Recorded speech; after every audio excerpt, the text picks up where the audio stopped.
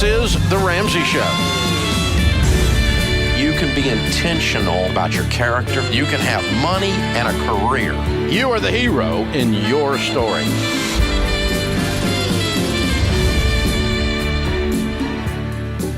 Live from the headquarters of Ramsey Solutions, it's The Ramsey Show, where debt is dumb, cash is king, and the paid-off home mortgage has taken the place of the BMW as the status symbol of choice.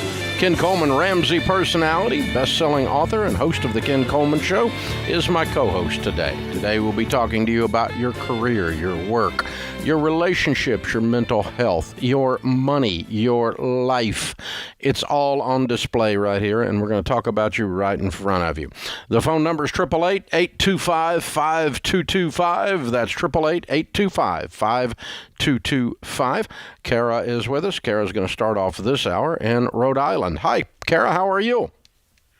Hey, Dave. I'm doing well. How are you? Better than I deserve. What's up? So just kind of a quick question. When you have a probably longer than average time horizon for baby step 2, that's where we're on right now, does it still make sense at that point to completely pause retirement savings? We're both I'm 32, my husband's 33. I'm just wondering because we have about $140,000 worth of miscellaneous debt, not including our mortgage, and just doing the numbers and everything, it's probably going to be a few years, and we are, kind of scrimping and saving and stuff. But my employer does offer me a match on my 401k, and I can do a Roth. So I was just wondering should I just lose out on that time? You know what I mean? Yes. Yes. You need to lose out on that time. You need to completely focus on debt. There is a power that is unleashed when you focus exclusively on something that is not unleashed when you disperse your emotions and your spirit across several things. Okay, so... This complete obsession, this scream and howl at the moon, I'm getting out of debt. That's what gets you out of debt. I'm going to be smart and I'm going to intellectually figure out all these things does not get anybody anywhere. And that's why we have a culture of broke people walking around acting like they're smart. Not you, other people. You're sweet. You called and asked a question. But that's why all these people are strutting around with car payments acting like they're somebody. And they're not. That's just straight up stupid. And they are stupid when they're doing that. I was stupid when I did it. And so this exclusive focus supersedes the power of the match and the compound interest over the scope of your life because it sets new grooves and habits and principles into your brain where you never change. What's your household income? We're just under 100,000. Okay, and how much of the 140,000 is car? About 18,000. On one car? No, on 2 cars. Oh, okay, all right. Yeah, we had a stupid fleece. And you've been working on this program for a month and a half, maybe. What? How long? No, we messed up last year, so we stopped and we started again. So yes, at this point we have refocused and we're probably on 3 months now. Okay, that's about right. That's what I get. I figured you were early in the game.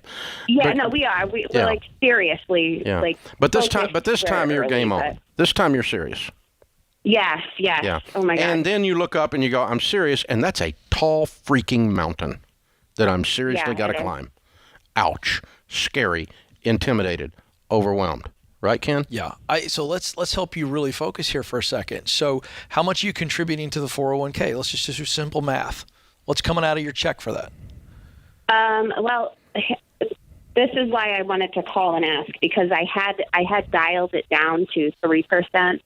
So like $100, $120. Yeah, that's fine for this example. Right? So what's your smallest debt? You're familiar with what we teach in baby step 2. You take the smallest debt first. So what's your smallest debt? Round numbers, if you don't know it exactly. Yeah, no worries. I'm finishing up a medical bill that's got about $600 left on it. All right, so you're not, $100, take out taxes. But if you just put $100 or $50 a month and you just attack that medical loan, boom, you're done with that. What's the next highest one?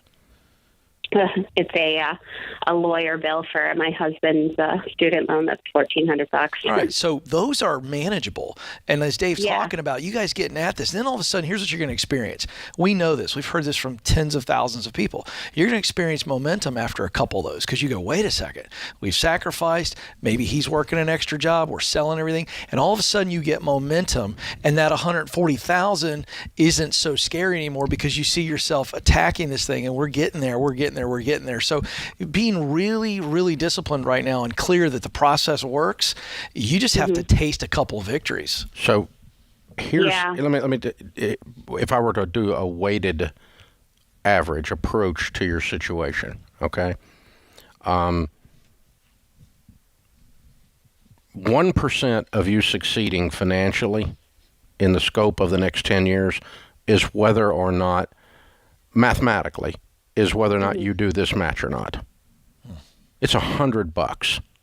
You can sneeze and lose that. It doesn't matter. Let me show you how much it doesn't matter. Okay? How many times do you have to do $100 to pay off an $18,000 car? A lot. And yet, I didn't jump on and sell your cars. Why didn't I do that? Because as a ratio of the overall problem, they don't fix the problem. This $100 doesn't fix the problem. Selling the cars doesn't fix the problem. But what really does fix the problem, 85 to 90% of the mayonnaise on the bologna sandwich, the thing that makes it work here, 85 to 90% of the reason you're going to succeed is your complete focus and sell out and sticking to this and tearing into it and working extra and selling so much stuff the kids think they're next and not seeing the inside of a restaurant unless you're working there, and you're doing the budget, and you and your husband are working, and all you're thinking about for the next 24 to 36 months is, I'm getting out of debt. And you're not, anybody that says anything to you, you just yell at them, get away from me. You know, I'm just doing this. I'm freaking doing this. And that's the people that get out of debt. It's not an intellectual exercise. No. It's a visceral roar at the moon coming from down inside your soul that I freaking had it and I'm not living like this anymore. That's 85 to 95% of this. That is represented by your willingness to quit playing footsie with the mathematics of $100.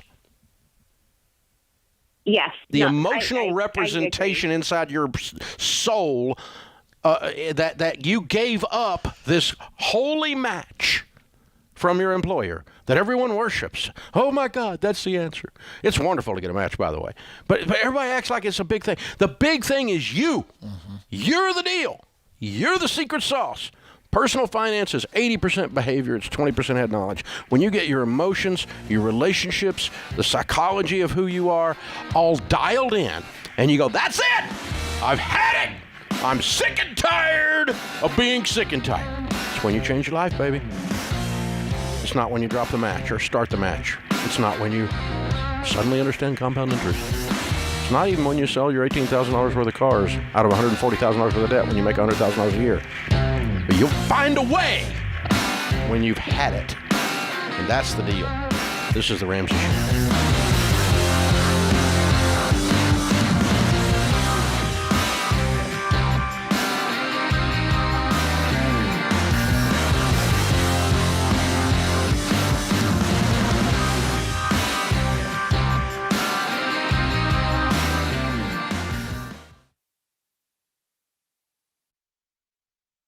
Chaos. That's what it can feel like when your business is growing so fast you've outgrown your financial and accounting software. The faster you grow, the more likely you are to lose control of the numbers. And here's the reality. If you don't know your numbers, you don't know your business. That's why we use NetSuite by Oracle, the #1 cloud financial system. Over 28,000 companies use NetSuite by Oracle, including Ramsey Solutions, because NetSuite gives us a single view of everything we need to make daily decisions. Whether you're making a few million to hundreds of millions a year, NetSuite gives you the visibility and control of the things you need to grow, like your financials, inventory, HR, planning, budgeting, and more, all in one dashboard. Go to netsuite.com/Ramsey right now to get their free white paper. Jumpstart your CFO career.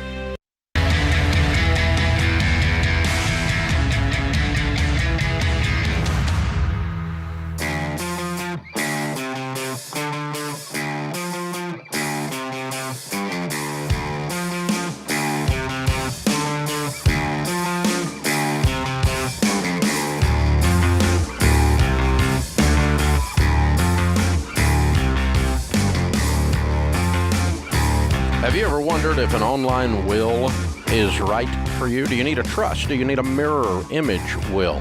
What kinds of powers of attorney do you need? You hear me say everyone needs a will, but I get a lot of questions asking if a simple online will is right for someone's specific situation. With those questions in mind, our team built a quiz that's free to help you find the right option for you. The quiz gives you custom results based on the basic info, like if you're married or single, where you live, even the size of your estate. It helps you understand exactly what you need for your specific situation. Take the quiz to find out what kind of will you need to properly protect your family and your wishes. Go to RamseySolutions.com/wills quiz. RamseySolutions.com/wills quiz. Take the free quiz. Check it out for yourself. Open phones at 888-825-5225. Blinds.com gives us our question of the day. They have a 100% satisfaction guarantee. That means even if you mismeasure or you pick the wrong color, they'll remake your window blinds for free. They got free samples, free shipping, and new promos all the time. This is a great company. I bought blinds from them for our patio not long ago. Check them out. Promo code Ramsey. You'll get the best possible deal. Today's question comes from Elaine in California. She writes, I've been working as a commission salesperson for a small family-owned business for 2 years and have not received a raise.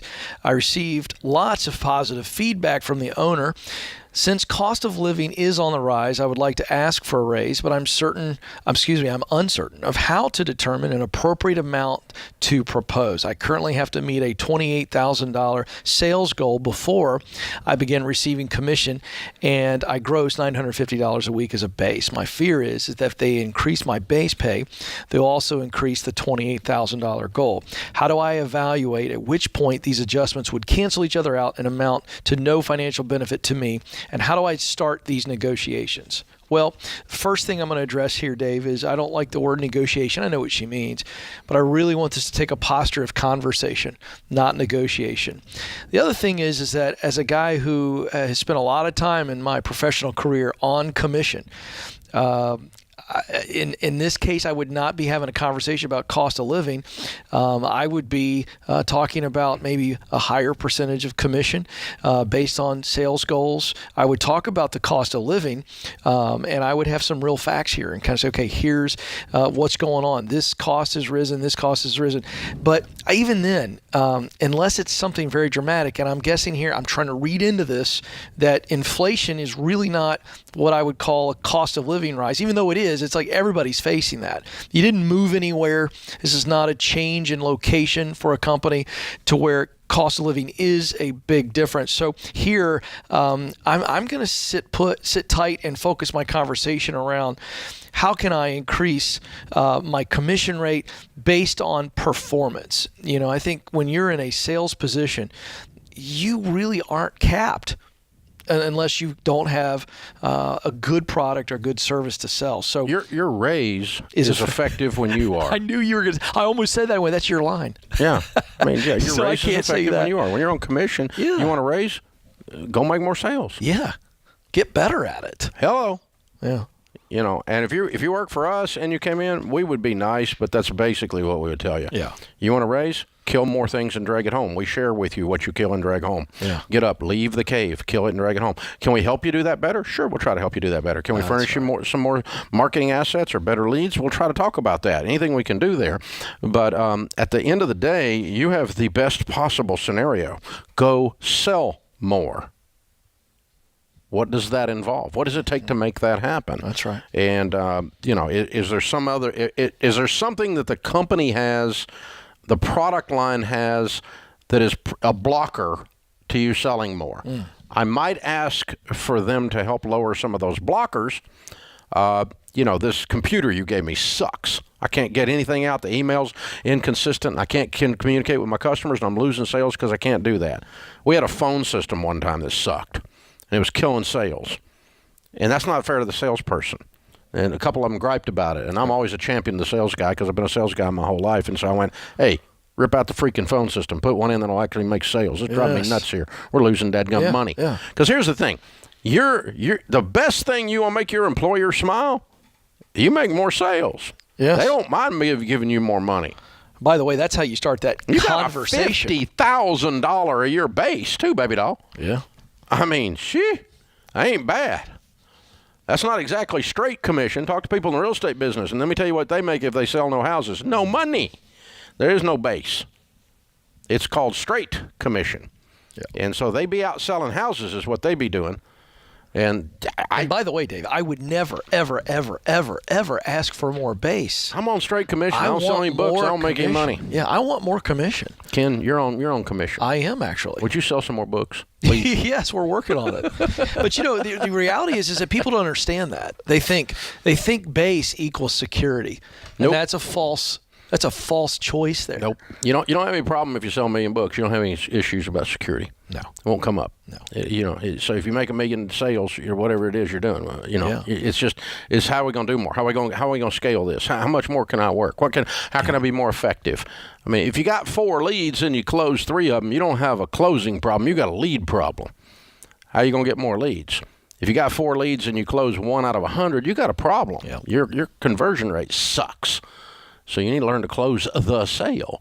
This is it. Man, sales is the best business in the world. Absolutely. It's my favorite career track for somebody. I wish I could talk young people, all of them, into going into sales. Because you just control your own destiny. Salespeople make more than any other category.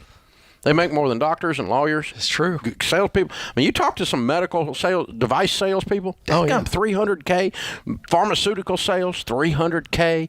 Car dealers or car salespeople right now making $150, $200K. I met a guy the other day that's just killing it.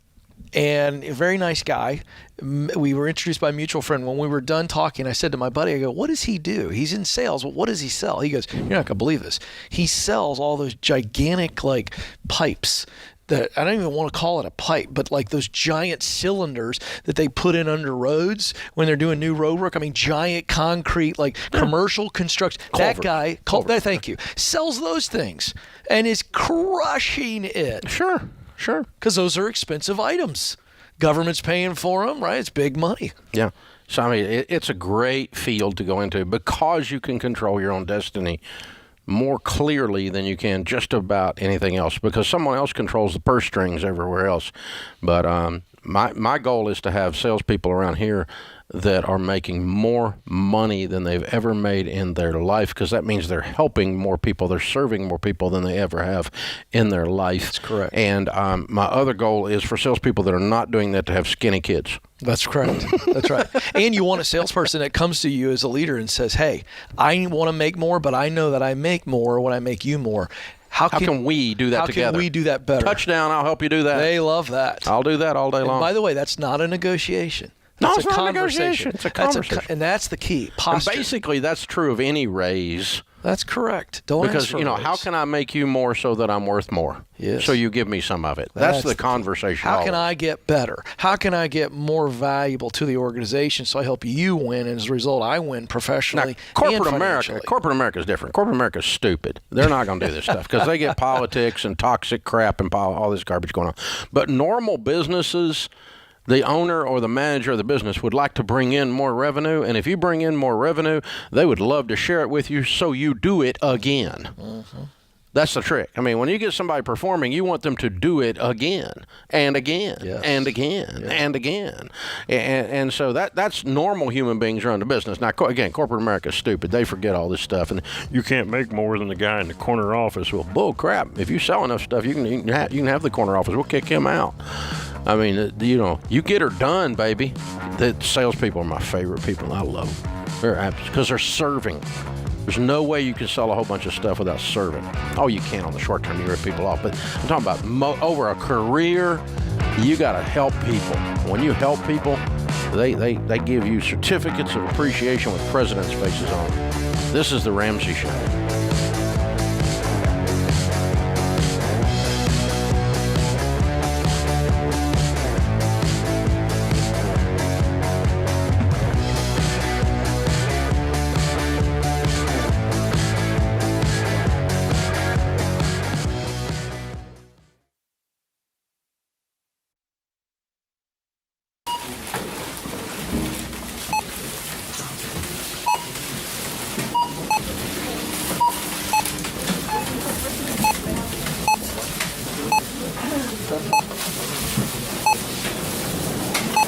Still on baby step number 1, eh?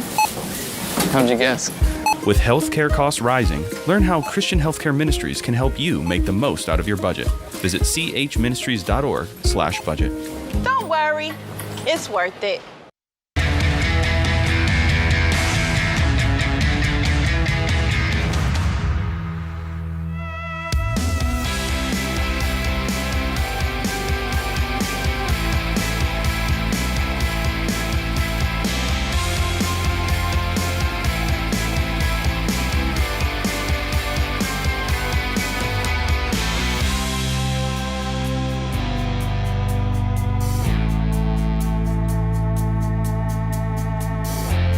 Thank you for joining us, America. Ken Coleman, Ramsey personality, host of the Ken Coleman Show, is my co-host today.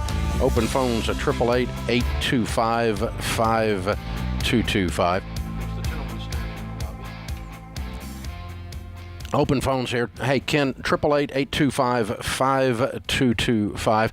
Adam is with us on the debt-free stage in the lobby of Ramsey Solutions. How are you, Adam? I'm doing well. How are you? Better than I deserve. Where do you live? Cincinnati, Ohio. Oh, cool. So good to have you. Thanks for having us. And all the way here to do a debt-free screen. That's right. Fun. How much did you pay off? $226,000. Whoa! How long did that take? About 2.5 years. Good for you. And your range of income during that time? Started off about $25,000. Ended up $250,000. Whoa. Not a bad jump. We'll take it. What were you doing and what do you do? I started off a waiter and now I'm in sales management now. Just like we were talking about. You set it up perfect. That's wild. You set this up perfect. Oh, man. Amazing. Okay. What do you sell? Cars. Oh, there you go. Just said this is perfect. Is so great. Almost like we knew what we were talking about. Way to go, man. Thank you. Very cool. I'm so glad you're doing so well. You know, I was talking on the way up here with a friend of mine. A big portion of it is I had to pay off my debt. So I had to sell more cars. And, you know, it'd be great to hang on the couch and watch Netflix or whatever it might be, but it was more important to pay off the debt. Yeah. And then like Ken was talking about earlier, momentum got on my side. And once the momentum started picking up speed, there's just no stopping it.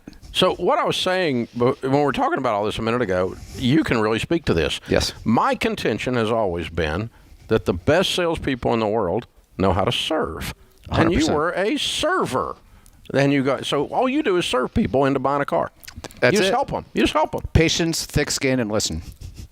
So this is fascinating. So I love that formula. At what point in this debt-free journey did you make the move from waiter to? So it's 2.5 years. At what point did you move from waiter to car sales? So that was the short story of it. But I started off a waiter, and then I went to restaurant management. And, you know, we're real close to Cincinnati Reds Stadium, so I had free Reds tickets and free prime rib, and it was tough to get me away. And my friend was in car sales, and he got promoted to management.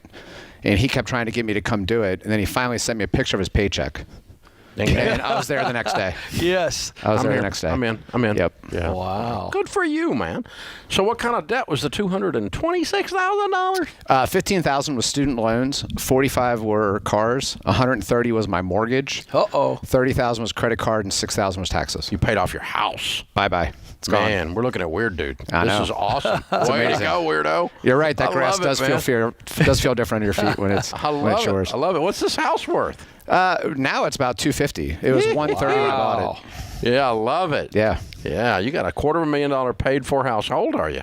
44. Wow, way to go, man. Thank you. Congratulations. I'm so proud of you. Thank you. Yeah, it's you know, this all started when I decided to get sober. And when getting sober, you make amends, right? And part of making amends is financial amends, which I thought I was going to be able to sidestep, you know, because I was sober. And everyone I was around was like, oh, no. I had a friend, Co, who would say there's no way I could have what I have today had I not paid off my financial amends. My other friend, John, very shortly after that, showed up, gave me your book, and said, I'm doing very, very well for myself, and I still follow this man's formula. Damn. Probably a good idea if you did too. Wow. Oh. So are you sober from alcohol or what? Mainly alcohol, yes. Okay. All right. How long you been dry?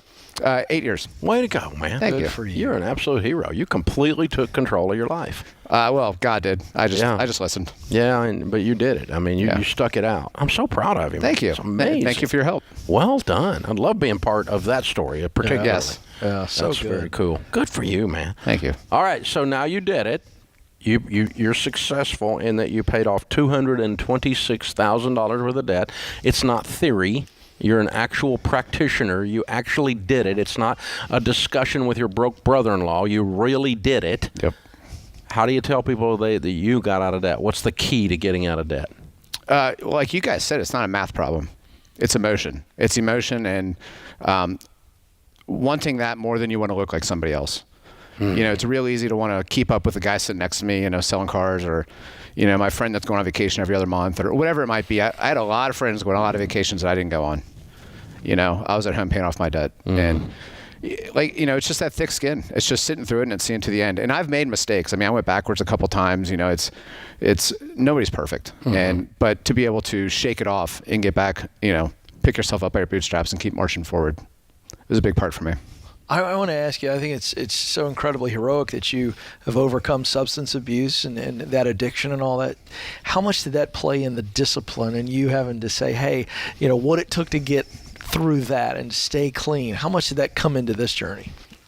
Almost 100%. So when John gave me your book, I was in a halfway house. I was living in a park in Cincinnati, Ohio, and I had just started living in a halfway house. And the part of your book where you talk about changing your family tree forever struck home more than anything. Because I really saw myself at a point where a decision had to be made. And, at the time I looked at it and said, you know what, I'm young enough where I can change my family tree forever. I had my daughter, and I just went all in. I went all in. Really on that statement. That's how you set the hook, was with that statement. Mm-hmm. Now, so where was your daughter? With her mom at the time? Correct. Okay. All right. And she's here with you today? Yeah, she's right here. I love it. That's very cool. Yeah. That's powerful stuff. And she got to watch her dad walk this heroic journey. Oh, yeah. It's left an imprint on her more than the money issue will. It has very little to do with the money. Really. The money is a part of it, obviously, but it's more behavioral. Yeah, it's where you keep scores all. Yeah. Wow. Absolutely powerful. Good stuff. Okay. Who were your biggest cheerleaders? My friend John, who gave me your book, my other friend Lance, and my other friend Co. The three of them all together. There were times where it was like, I want to go on vacation, or I want to do this, and especially last year, they're like, nope, wrap up that mortgage. You're so close. Yeah. Just finish it out. The accountability, the encouragement, you got to have it. You got to have cheerleaders in your corner, man. 100%. They bring out the best. For all of our lives, for any part of our life, we need that. Mm-hmm. But you need it as you're walking this debt-free journey for sure. Correct. And you've obviously done it in the 12-step process too. So pretty incredible. Thank you. And thank you for your help, and I mean that. Well, thank you. Thank you. We're honored to be. Again, that's the best kind of story to be a part of. Yes. Very, very cool. All right. So what was the hardest part? The hardest part was seeing all my friends on vacation. They looked like they were having a good time, but they were. Yeah, well, and really, people do show up and they try to do math for you. Mm-hmm. And just being able to have thick skin and say, you know what, man, I think I'm going to go ahead and take care of, this interest maybe more. And I think I'm going to follow this program. I'm not going to follow your program. Yeah, this guy seems to know what he's talking about, so I'm going to go ahead and do what he's doing. Yeah. It's so powerful. It brings to mind an old phrase I heard one time from an old preacher. He said, don't sacrifice the future on the altar of the immediate. Ooh, nailed it. And you really model that. Friends are going, come on, man, come on, trying to give you their math. And you're like, no, I could just see it all over you. Yeah. Oh, yeah. Well, they were doing it out of love. They weren't trying to set me up for failure. Oh, sure. Yeah. Yeah. Wow. That's powerful. Well done, brother. Thank you. Love it. All right. Let's bring your daughter up. What is her age? This is Macy. She's 19. All right. Very, very cool. Good stuff. Good stuff. All right. Adam and Macy from Cincinnati. $226,000 paid off in 2.5 years, making $25,000 to $250,000. We got a copy of Baby Steps Millionaires for you and a copy of Total Money Makeover for you. That's definitely the Baby Steps Millionaires, definitely the next chapter in your story. You're going to be on your way. You'll be there shortly. This kind of money and no payments in the world. Wow. Way to go. All right, Adam and Macy, count it down. Let's hear a debt-free scream. 3, 2, 1. We're debt-free. Yeah! Wow. It's amazing how much career and how much mental health and behavior decisions all play into this whole thing of building wealth. Yes. This is The Ramsey Show.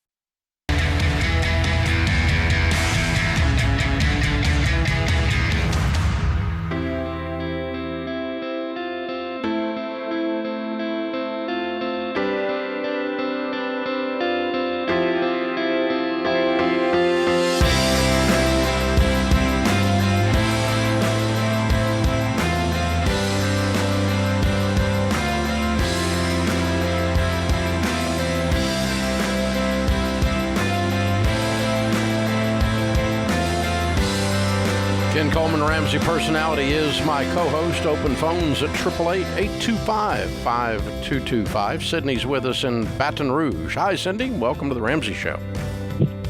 Hi, Dave. Thank you so much for having me. Sure. What's up? I was curious how you felt about or what the role of rebalancing your accounts would be in your investments for retirement. For example, like if we invest into the 4 categories and one of them overperforms into 30 and 40% of our overall portfolio at some point, should we rebalance that to get back down to 25% into all 4 of the categories, or should we just reevaluate the funds that we have? It won't hurt to rebalance them. The thing I wouldn't fool with is there's not enough benefit to do it as an obsession. I mean, I know people that spend their entire December rebalancing every year, and I wouldn't do that. It would, for my funds to get rebalanced, they would have to get completely out of control to where I look up and I got 60% in one of the 4 or something like that, and I probably wouldn't want that. But so far I've not had that issue. But if you end up that way, but if you get it to the point that it's making you nervous, that you're not well diversified anymore because you're so heavy in one category of the 4, then yeah, you probably would want to do that. But that might be 3 times in your life. Maybe. Okay, I was just curious. My employer offers it as an automatic thing that could go in quarterly or annually or every 5 years. However, I would want to set it. I wouldn't. I would just 5 years. I could look at it. If you want to, but if it does it automatically. They have the option to set that to rebalance automatically. Yes, sir. Okay. I mean, if you said I'd set it at 5 years then. But any sooner than that, there's not a huge benefit mathematically to the process.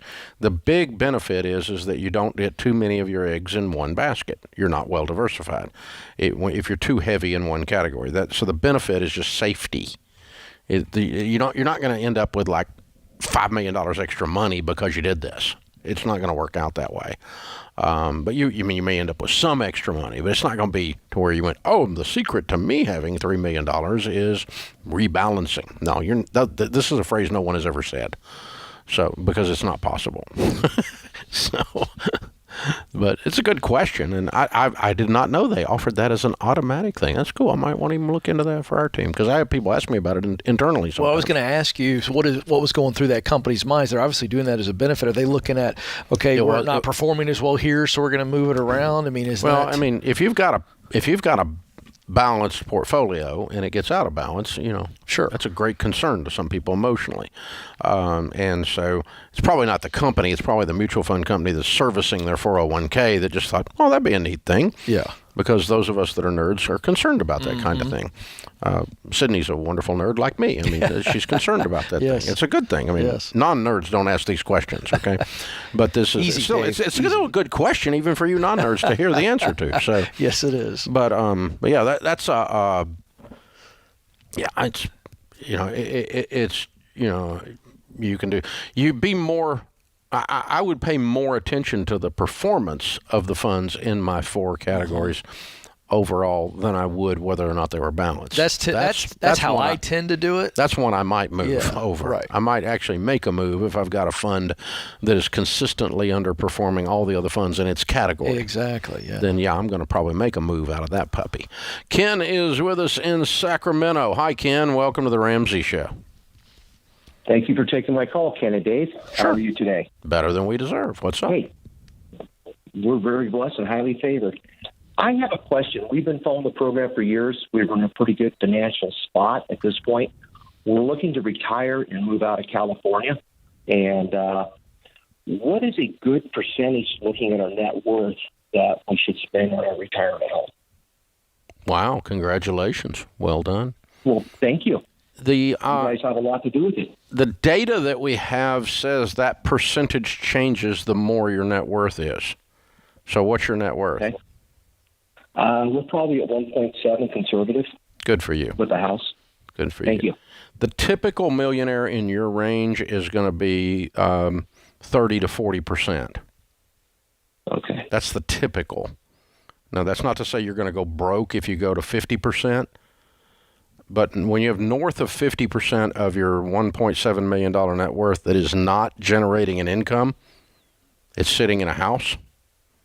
Because we're paying cash for the house, obviously. We're having a Dave Ramsey discussion, right? So it's not generating an income. So every one of those dollars we put in that house, you're sidelining it to create an income for the rest of your lifestyle. And correct. So that's why you don't want to get up. When you get up north of 50%, it starts to be an ouch on that. But the typical millionaire we studied in the millionaire study that we did, 1.7, we would often hear the house was $400,000 to $700,000. Okay. That kind of thing. Thank you, because we're gonna go looking. We just want to see what's going to be. Where are you thinking about going? Well, y'all, we've been practicing y'all, so we're thinking about western Tennessee around Lawrenceburg, or maybe down to Florence, Killian, Alabama area. Okay. Well, $500,000 will buy a stinking big house there. Okay. Well, we just want something comfortable and nice. Yeah. And, you're coming from Sacramento. Your mind's going to be blown. I mean, it's just certainly in Southwest Tennessee. Because what you're talking about is the rural Tennessee, and this is not Nashville prices. Nashville prices are considerably different. Or Williamson County that we live in, which is adjacent to Nashville, very expensive. But Lewisburg, man, bang for your buck's huge. It's a great little town too, by the way. Good people. Good. Beautiful out there. Yeah. Oh, it's pretty country. Really pretty. Morgan is in good retirement. Yeah, Morgan is in Toledo. Hi, Morgan. Welcome to the Ramsey Show. Hi, Ken. Hi, Dave. Thanks for taking my call. Sure. So I was just notified that our health insurance premiums at my work are increasing almost 40%. It's going from $520 a month to $800 a month. Ouch! Basically, my take-home pay is in effect dropping 13%. So I take home about $2,000 a month. It's going down to $1,700 a month. My question is, it's like I want to ask for a raise, even though I just received my annual raise in October at my annual review of 4%. But how do I ask for another raise, but also phrase it as I'm not really looking for a raise. I just want to keep my benefits, my salary the same, because I don't really feel like I did anything to deserve such a hit in my salary. Yeah. But I don't really know welcome how to Obamacare. We've been fighting it around here for about 10 years at our place. Yeah, this is a little different here, Dave, in that she just came through annual review, but this is, I'm guessing, across the board in the company, correct? But you make $24,000 a year. Yeah. Yeah, my gross is $38,000, and I bring home about $27,000 net because it's about in San Diego, California. What do you do? Oh no, this is Ohio. Oh, I'm sorry, Toledo, Ohio. Yeah. Wrong call. I'm sorry, I got the wrong thing off. That's my thing. Okay. I can't. It's typed in properly. I read it wrong. Okay, so what do you do? Okay. I'm a remote worker. I work on spreadsheets and like data analyzing. You have a degree? No, I don't. I started off as an executive assistant, and I just sort of morphed into this. So how old are you? It's just kind of what 30. Okay. Yeah, I think this is across the board. The company's made this decision, so it doesn't really put you in a position where you can go, hey, you just decreased one benefit, if you will, in the sense that it's more money to you. I think you're looking elsewhere. I don't think that you're going to have any kind of short-term recourse to get this bump. That's what they're doing anyway. They've already made a financial decision, and it is negatively impacting you, but they're not going to just give you a bump. It doesn't sound like to me. This is company-wide, so I'd be looking elsewhere. I think you have a lot greater opportunity, and to be honest with you, I think you can make a whole lot more money elsewhere.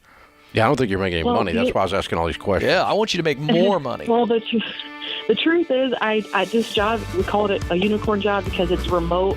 It's salary. I can work on my own schedule, so I'm like a stay-at-home mom. Who cares? Well, you got to decide what the trade-off is. What do you want more? The stay-at-home mom thing. Okay.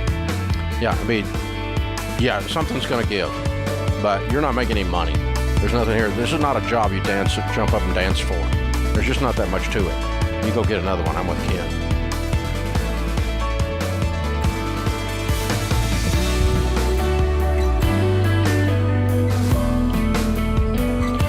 This is James Childs, producer of The Ramsey Show. You can listen to all our shows with the Ramsey Network app on your smartphone. Browse by topic or even send clips to your friends. Download the Ramsey Network app in your favorite app store today.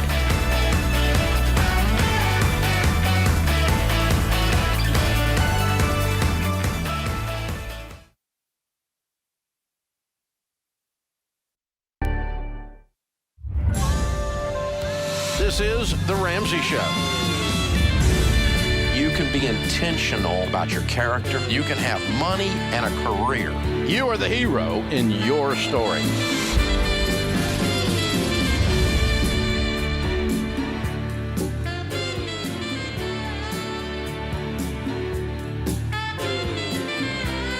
Live from the headquarters of Ramsey Solutions, it's The Ramsey Show, where debt is dumb, cash is king, and the paid-off home mortgage has taken the place of the BMW as the status symbol of choice. I'm Dave Ramsey, your host. Ken Coleman, Ramsey personality, host of The Ken Coleman Show, #1 best-selling author of the book Paycheck to Purpose, is my co-host today, as we answer your questions about your work, your career, your relationships, your mental health, and your money. It all works together. You can't keep it from doing it. Open phones at 888-825-5225. Nicole is with us in San Diego. Hi, Nicole. Welcome to The Ramsey Show. Hi, thank you for taking my call. Sure. What's up? So my mother recently passed away in November of last year, and she left me or named me as a beneficiary on her 401k plan she had with her job. And I'm just trying to figure out kind of what to do with it. Okay. How much is in it? So there's about $235,000. Both my husband and I were debt-free. Our cars are paid for. My husband's military, so we don't own a home, but he will be retiring in about 3 years. So we want to kind of make the best choice for our family moving forward, whether it be investing or saving for a house, and just kind of figuring out how to really use this money for a good purpose. Got it. Okay, cool. All right. If I were in your shoes, I would go to RamseySolutions.com and click on Smart Vestor, which will connect you with one of the Smart Vestor pros that we recommend. We're not in the investment business, but one of these ladies or gentlemen will sit down with you with the heart of a teacher and tell you what some of your options are. Okay? Okay. And what I think will happen is, and probably what's wise, is you're going to roll this to an inherited IRA account, because it is an inherited retirement account. And I would put it in good growth stock mutual funds. You'll probably end up using it to buy a house later. Thank you for your service. Tell your husband thank you for his service.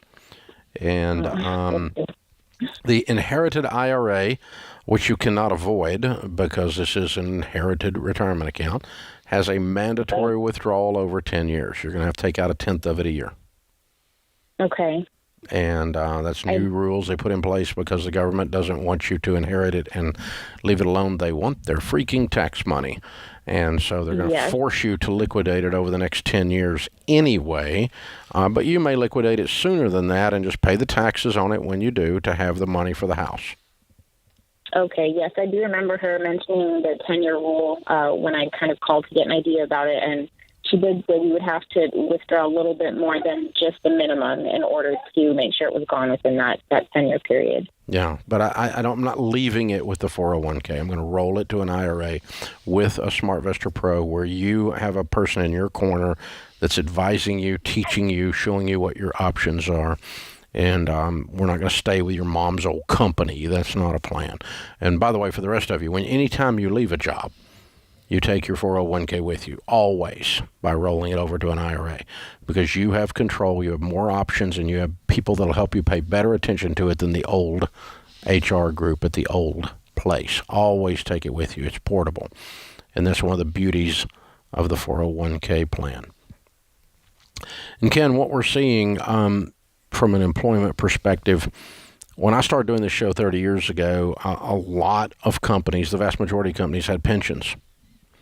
And a few of them had 401ks. The 401k was just starting to be a thing. The IRA was starting to become a thing. And people like me pushed it hard because it's in your control. A pension's not in your control. Nowadays, just a very small percentage of companies have pensions. And the vast majority have 401ks. And oh, by the way, 80-something% of the companies have a match on the 401k, but they do not have to fund a pension. Yeah, I think the pension is just a thing of the past. I think that, for a variety of reasons, you understand the nuances of that better than I do, but I definitely think the 401k is a winning program for people, and thus it's a winning program for companies. And so it's certainly with where everything is right now. 20 million people have changed jobs in the last 5 months. Salaries are going up, signing bonuses, all kinds of benefits. Companies are trying to do everything they can to attract and retain talent. And obviously a 401k, this is a benefit that people now honestly expect. They really do expect it. You'll hear it. If you don't have a good program, they won't join you. Yeah. Kate and Aaron are with us in Dublin, Ohio. Hi, Kate and Aaron. How are you guys? Hi, Dave. We're doing well. Good. What's up? Thank you. Thank you so much for taking our call. So my brief story, I'm a worship pastor here in Ohio. I worked at a church for almost 10 years, and then they began to embrace some woke resources and ideology, so I knew it was time to move on.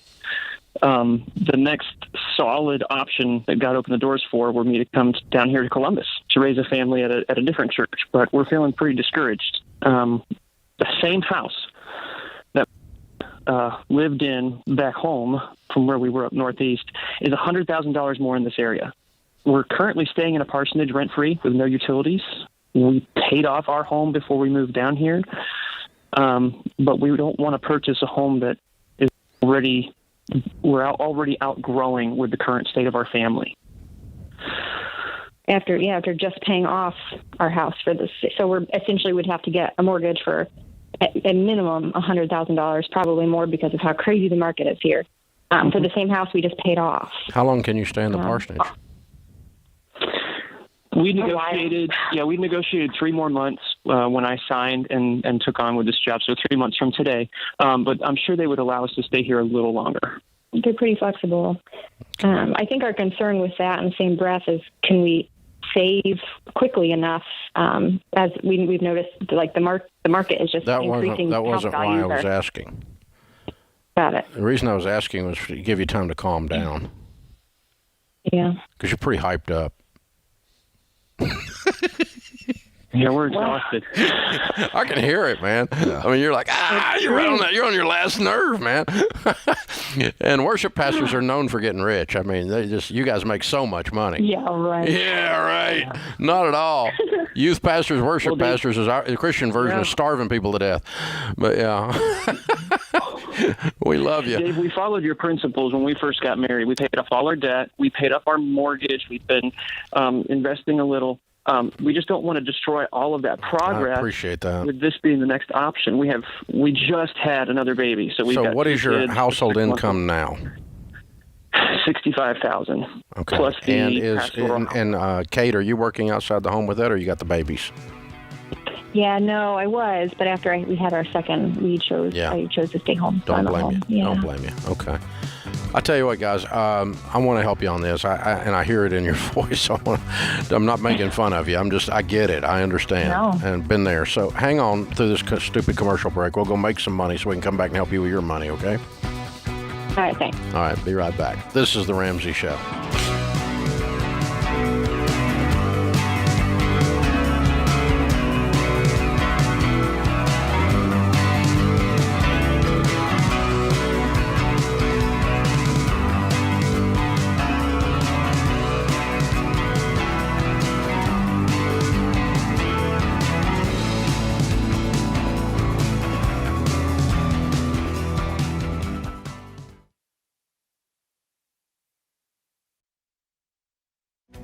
If you're looking for ways to update your home without blowing the budget, I've got it. For years, I've been telling you about our friends at Blinds.com. Blinds.com makes it simple to shop top quality blinds, shades, and interior shutters from home with easy online ordering and free shipping. With Blinds.com, there's no need to renovate your entire home. Just change out what's on your windows with upscale choices like faux wood blinds, cellular, and roller shades, or even outdoor shades. Plus, Blinds.com guarantees the perfect fit, whether you do it yourself or you have them measure and install everything for you. Shop their latest looks and see how much you can save at Blinds.com today. The easy and affordable way to make your home more beautiful is Blinds.com.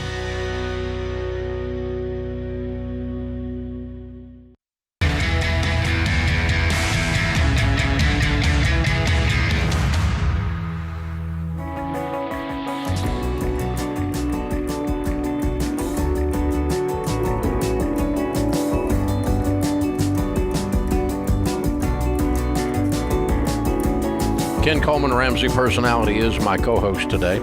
Kate and Aaron are in Dublin, Ohio. New job as a worship pastor, much more expensive area than they came from. They're temporarily housed in the parsonage, but only for a few more months, and then they got to make a decision. Kate's staying at home with the new babies. Aaron's making $65, and a little bit of a shock to the system when they got to the more expensive area. Is that a fair summary of what you guys told us? Very fair. What'd you sell your house for in the other place? $205. Okay. And you've been trying to find something comparable closer to the church, reasonably close to the church anyway. And what price range are you finding there to something comparable? Ooh, you said 100 extra, right? Didn't you say 100? I would say, yeah, 315, 320 would be a comparable parallel move. Okay. Got it. But they're selling for far beyond that. We saw one house we were interested in go for $50,000 above asking cash, which is just insane. Yeah. Okay. So here's the thing. You're going to do one of two or three things. Number one, I want you to figure out a way to slow this process down. Because the more options you have, the more information you have, the better decision you're going to make. This feels very urgent, very forced, and I smell a bad decision coming. Yeah. Does that feel right to you? Like you're stressed, like you're against the wall, and you're backed up, and you're going to say something later like, I was forced to. You weren't really forced. You just put yourself in that corner. Yeah. Okay. So I want to slow down. So that might look like renting for a year. Okay. And just calm. Just breathe a little. And during that year, number one, we're going to learn more about the area than we know now, which will give you more options. You're going to discover how far out you have to drive for the prices to start dropping. You know, there's a point at which the lines cross between ridiculous commute and great price. Mm-hmm. Yeah, I've got a 15-minute commute, so I'm spoiled. But if you went 15 minutes further than my house, the prices drop because I'm kind of on the edge of rural where I am now. You know what I'm saying? Yeah. And the further you get out in the country, the better the prices are, right? Right. But so you got to find that because you don't want a 2-hour commute. Right. Yeah. You probably are not going to be in the back door of this church. We probably already figured that out. Or you're going to spend that year piling up cash and trying to say, we're going to take out a $50,000 mortgage and not $100,000, and we're going to bite that bullet, and that's the price we're going to pay to be there rather than in place A rather than place B. Got it. The other thing you're going to be able to do when you do that is you can slow down and you don't feel forced into one of these crazy bidding wars because you have to choose from what's on the plate right now. You can say, over the next year, I'm going to find something to sneak up on. Okay? I'll give you an example of what happens when you slow down. Okay? This one's weird. But this happened to a friend of mine not long ago. Middle class price range house, a little bit more than y'all are talking about, but in our area it's a little bit more. Okay, and we've got all these people moving from other states to Tennessee to the point that to get away from the craziness, and to the point it's almost like a joke, like California refugees in Tennessee. I mean, it's like a running joke. And for the people moving here, they're laughing too.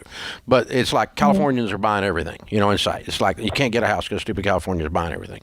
This kind of thing's going on. This is the talk around the water cooler, I'm not mad at you people from California. This is just what's really going on. So my friend actually, and the bidding wars are big time in Nashville. It's hard to get a house. Big time.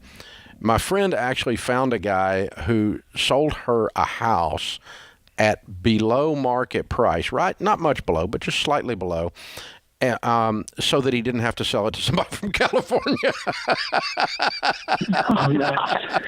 Yeah, he was worried about voting patterns.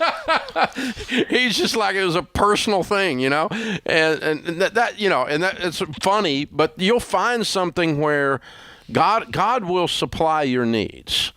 Where there's somebody that says, you know what, I could put this house up for a bidding war, but I'm going to bless this young worship pastor and sell it to him at appraisal instead of 50 over appraisal. And, you'll find that through someone at the church, word of mouth, even through the real estate agent that puts the word out there that that's what's going on. And God is not shocked by where you are. He's not surprised. I would add, here's what another year allows you to do. You could put the word out in your actual church community. You don't know yet. Maybe you already know that there's a couple contractors, people that could actually help you renovate something to where you could find a jewel. It's not a piece of trash or a death trap, but something that needs some TLC. Get it cheaper, but it has the square footage that you need, and it turns into an unbelievable financial gain for you down the line. I mean, those are possibilities. I'm not saying that's your only option, but that's something to consider. Where you can get something like that, you pay cash for. What I want more for you guys than anything is peace that you don't have right now. Yeah.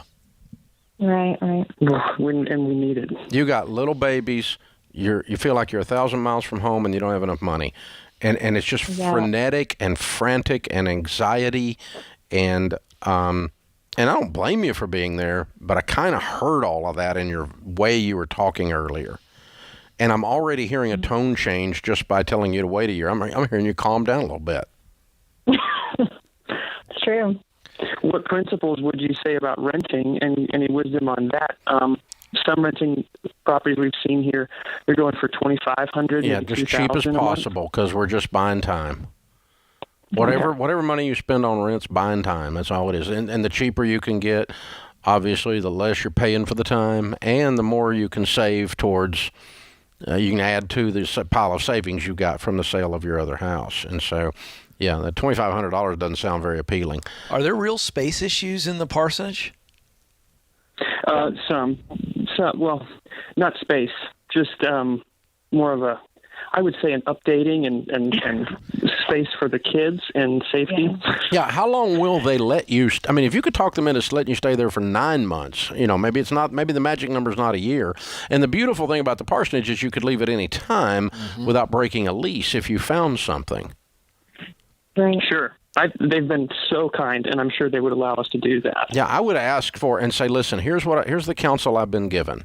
The counsel I've been given is to slow down and gather more options and more information, and that feels right to us. We'd rather not move to a rental. If you could suck it up and live there for free and they'll let you and still do this extended time a little bit, that's what definitely I would do that. Yeah, if there's some safety issues, I'd ask the church to address the safety issues. The kids don't care about the updating, and you guys can put up with the non-update. It's camping. It's an adventure. Yeah, it's a 9-month adventure. Yeah.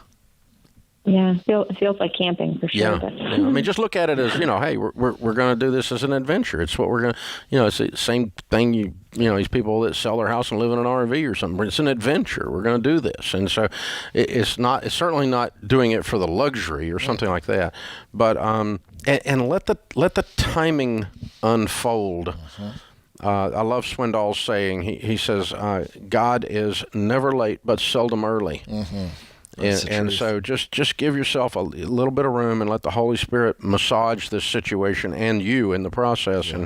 And I think this is going to turn out okay a year from today. I really do. All of my life experience and my faith experience points to the fact that it's going to turn out okay. But it's not going to turn out okay if you feel pressured, cornered, anxiety-ridden, like you're forced into something, and then you'll look back and you'll go, and then God gave us this house. Yeah. And I've done that with houses many times. Yeah. The house I'm living in right now. Yeah. I feel like it was the same thing. I had a lot of options. I kept moving the options around until I turned over the right shell and the P was there, But lots of options and lots of information slow down, gives you better decisions. Really good question, you guys. I'm proud of you. Thank you for calling. I hope that helps.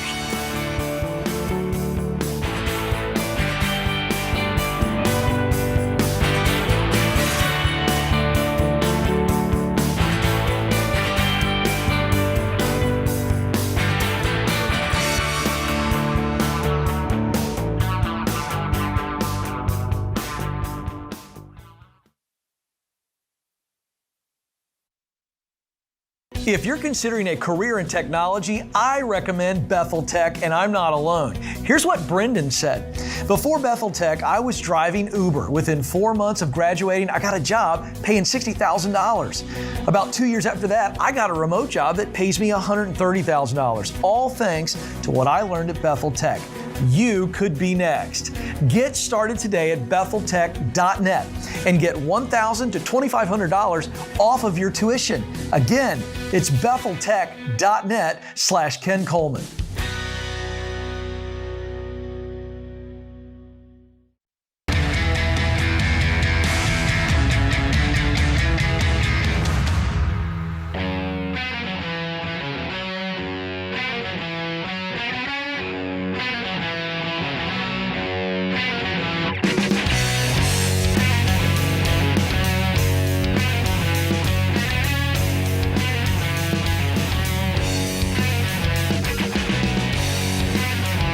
Ken Coleman, Ramsey Personality, is my co-host today. Thank you for joining us, America. We're glad you're here. In the lobby of Ramsey Solutions on the debt-free stage, Jacob is with us. Hi, Jacob. How are you? Hey, I'm doing great. How are you? Better than I deserve, man. Welcome. Where do you live? I live in Redding, California. Cool. Good to have you. Welcome. It's nice so how to be much here. debt have you paid off? Paid off $63,000 in about 2.5 years. Good for you. And your range of income during that time? So started off about $37,000 and currently $61,000. Good for you. Cool. What kind of debt was the 63? Oh man, all kinds of stupid. Man, so I had student loans, I had credit cards, I had car loans. Normal. Yeah. Normal. Okay. Yeah. And then I also had stupid tax with a 14% interest rate with Wells Fargo student loans. So. Whoa. Oh, man. Ouch. It was, yeah, it's pricey. Ouch. What do you do for a living? I'm a social worker. Good for you. Yeah. Good for you. So this is very cool, man. Good for you. I'm proud of you. How old are you? I'm 29. Wow. Yeah. Killed it. Yeah. So what happened 2.5 years ago? What was the wake-up call? How'd you get connected to this Ramsey stuff? So originally it started in 2017. I was a youth pastor at a local church in Red Bluff, California, which is 30 miles south. And one of the members of our church, he wanted to start Financial Peace University. He approached me, asked me, hey, what do you think of this? Do you want to join us? I'm like, I don't have any debt. I have 17,000 in savings. I'm good. I'll never have to worry about that. I'm kind of had an arrogant attitude towards it. Well, 2 years later, I felt like I needed to resign. Went through the $17,000 of my emergency fund. I blinked and I had nothing, and I was living on my credit card, and all of a sudden I had $30,000 worth of student loans. I had a car that broke down that I had a $200 car payment, and then that broke down, so I still had a little bit of debt that had to go into a new car, and so it carried over. And blinked and $63,000 in debt in about 5 months. And yeah, that's what I said. And then one day, it was June of 2019, and friends I hang out with on Friday night, they were like, we're doing this Financial Peace University stuff. I'm like, I don't really want to do that. That doesn't sound fun. And then, but I had nobody to hang out with, and so oh, there it is. And this is my best marketing plan: limited social ability. Right. So we all took it together, and man, I got on the plan, and I became addicted. To be quite honest, the first budget hurt because I did not realize how much I was spending. And once about 2.5 months later, I met my lovely fiance now, and and she wanted to go through FPU. You can't get away from it. I couldn't. It's everywhere. I really couldn't. So we went again in February of 2020, and with the same just in time for the pandemic. It was in the middle of the pandemic. We went to this new thing called Zoom. We had no clue what it was at the time. Now it's what we do. But so we went through it. She was debt-free. We met in college. She went through college completely debt-free. I admired her for that because I had student loans up the wazoo, and just started that journey. Yeah. Very cool. Good for you. Thank you. Well done. When are you getting married? We don't have a date set. We're thinking sometime between October and January of this year and next year. Good for you. Wow, very good. Yeah, thank you. Very cool.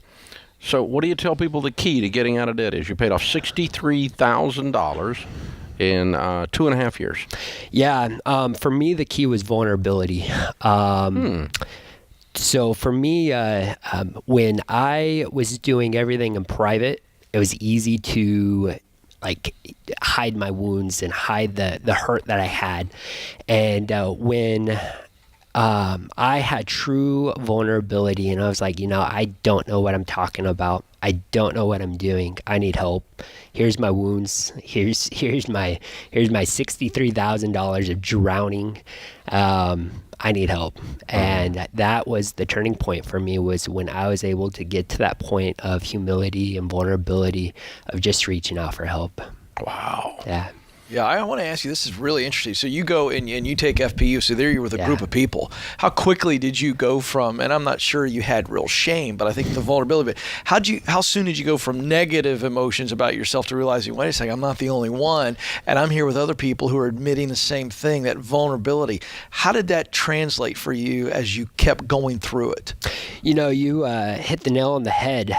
Shame is that two-headed monster that is real in our own imagination. Yeah. But when we go into community, it's like, man, you're here too. I think of C.S. Lewis's quote of how friends are made. And it's like, no way, I thought I was the only one. That's and right. So that was honestly the thing for me, was once I started hearing wow, other people are on the same journey as me. And the other part was just admitting that, I'm not the smartest man in the room. There's people out there who've been there, done that, and already found ways to trailblaze. Why am I trying my own path? And just following those who came before me and just following their path. I might be the smartest man in the room, but it would be about a very limited subject.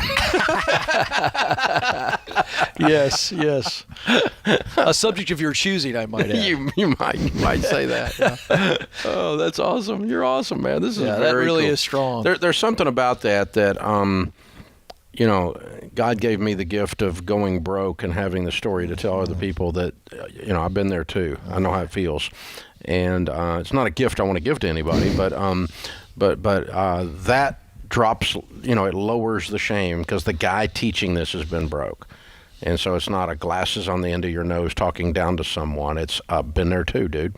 And so that makes a ton of difference in that vulnerability. I hadn't thought about it as a precursor to transformation. But that's a beautiful picture. It's a really pretty picture. Well done. Thank you. Well done. Good job. Well, I'm proud of you, man. You're a hero. Thank you. Who was your Appreciate biggest it. cheerleaders? Financial Peace University people and the fiance? Yeah, so Phil and Jill Mon, they're the coordinators that were at my church. They were huge because they were broke in 2006, and then 7 years later, they retired early, and it was like, wow, I want to be like you guys. Like, I don't know how you guys did it. Yeah. So they were huge cheerleaders. My brother, he went through it as well, and he paid off a lot of debt as well. And he beat me by a month of being debt free. So that was kind of the thing that we were going back and forth, and he beat me, but I'm here, so I You beat still him. won, though. That's right. Yeah, this is not a race you really lose. This is pretty powerful. And then also my fiance as well. She was huge. She's the nerd in the relationship, and I'm the free spirit. And I go out and do whatever I do, and she's like, "This is the plan, though. Like, we gotta keep with Keep it." in Well, mind. okay. All Keep right. in mind. Yeah, that's good. Well done. Proud of you, Jacob. Good Thank work. you. We got a copy of Baby Steps Millionaires for you. That's the next chapter in your story. To go on and become a Baby Steps millionaire, be outrageously generous, live like no one else, so later you can live and give like no one else. A copy of Total Money Makeover for you to give away. There's probably someone that's gotten like 6 copies of that book, and you're going to be the 7th, and that gets them to do it finally. Ends up being a coaster on some people's table, but it's all right. It's a good book, so check it out. And we thank you for coming by, man. Very well done. Jacob from Redding, California, $63,000 paid off in 2.5 years, making 37 to 61. Count it down. Let's hear a debt-free scream. 3, 2, 1. I'm debt free. Yeah! This is how it's done. Woohoo! Yeah, baby. Love it. This is The Ramsey Show.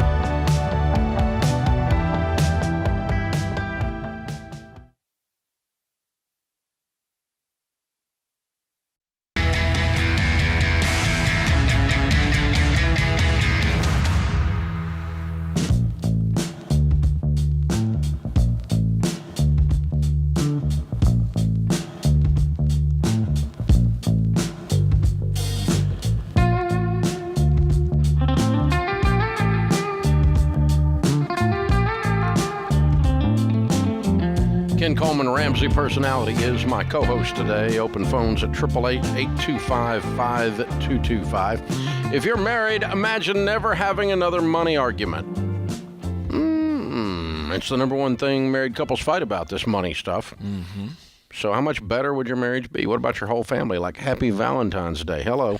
When you get on the same page with money, you have more peace in your finances and in your relationship.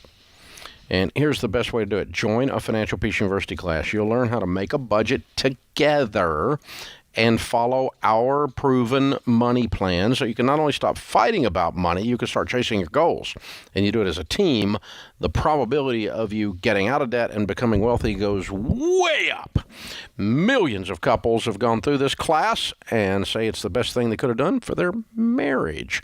Financial Peace University. It can be for you, too. Decide today that you're ready and get on the same page? Well, just join a Financial Peace University class.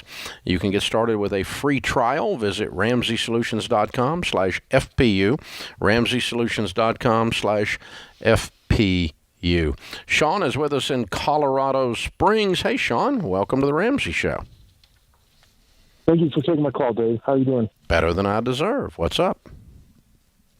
So down and dirty, me and my wife, for a long time, have been on baby step 7, and truly baby step 7. Good for you. And we have our 6-month emergency fund. Mm-hmm. Based it off of how much we know we can live off of in a year. Mm-hmm. we have saved up a lot of money. I just recently came back from deployment. We saved up a substantial amount of money that is just sitting there, but we fully fund our Roth TSP, Roth IRAs, 401ks, ESA. We have one ESA left that we can still contribute to. So the question is, I have an old Dave Ramsey beater truck, and everybody keeps telling me, hey, man, you're doing so well. Why don't you upgrade? Mm-hmm. My argument for this is I know I'm nearing retirement. The wife will still work. I'll be in retirement, and I still got to wait on that government pension to kick in. And so I don't know how much money I need to save, for that, any kind of contingencies that come up, or if I'm just being too stingy with myself and I get to live a little bit and upgrade. We are millionaire next door to millionaires. So your policy is worth $1 million or more, cash for the vehicle, do it. But I got other things coming up, like I said, retirement. Do I upgrade or do I just hold off? How expensive a truck are you talking about buying? I don't think I can ever just out and out buy a brand new vehicle, especially right now. Vehicles are twice as much as they used to be. Let's pretend that you did. How expensive a truck would that be? What would you spend? $60,000. And you have a net worth of what? $1.2 million. And a household income of what? Approximately $100,000 to $120,000 a year. Okay. The way I make decisions on things like this is I ask myself, because this is just a luxury item. Okay? It's just something fun to buy. That's all it is, right? Not necessarily. It is. It doesn't have to be. The truck is a want. But it's a toy that you're wanting to buy, and that's why you're holding off emotionally. If you take $60,000 cash in $100 bills, Uncle Benjamin Franklin, and you put it in the fireplace and lit it on fire and watched it burn, your life does not change 1 ounce.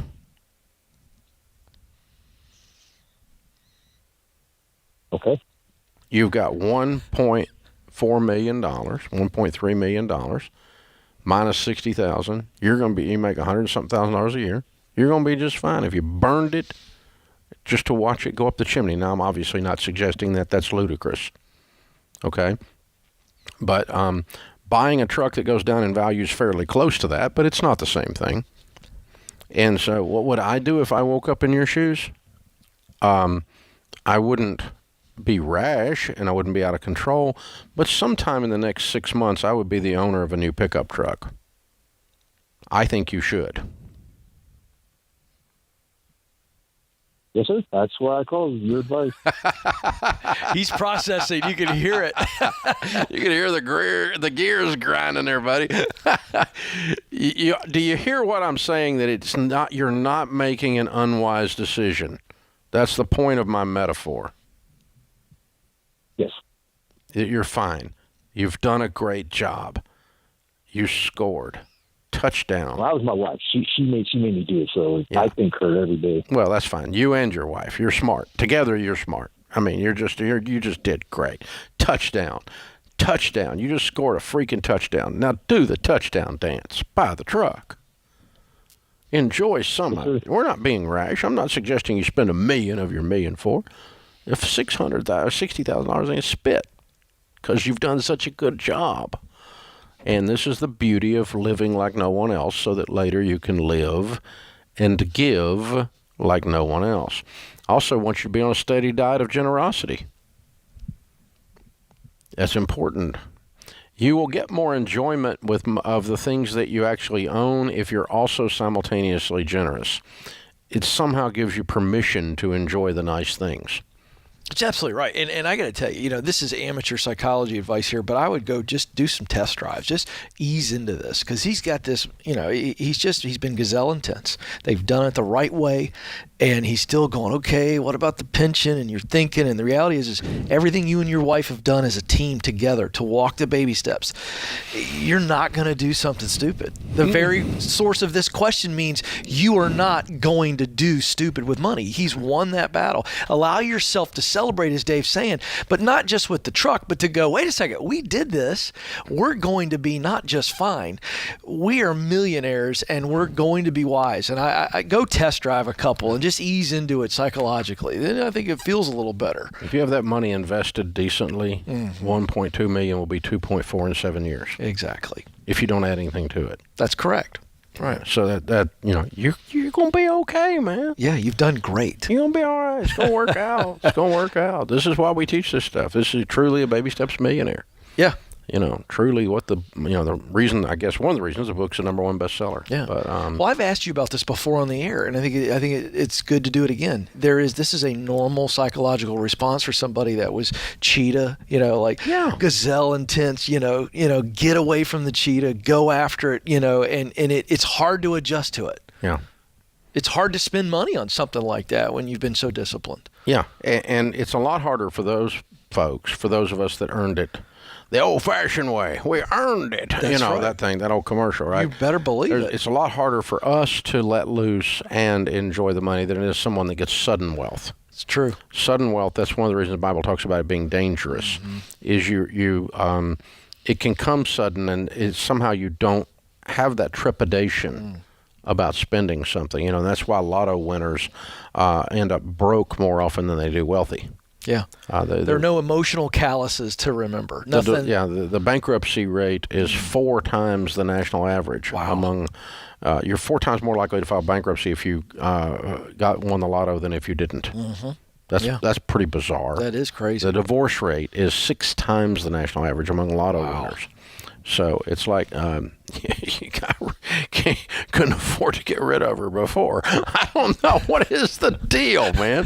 How does that work? It's a great point, though, if you think about it. Why does the divorce go up? Yeah, back when it was hard, and it doesn't make sense. But I guess we always laughed and said Sharon didn't leave when we went broke because she didn't have a car. But I mean, that was that was somewhat of a laughing thing and somewhat true. So maybe there's something to it, right? Oh, yeah, but we know she really loves you now because, It's Valentine's Day. She has to. It's like federal law. That is true. It's federal law. That is true. So if you've been married 40 years, it's federal law. You have to love your husband on Valentine's Day.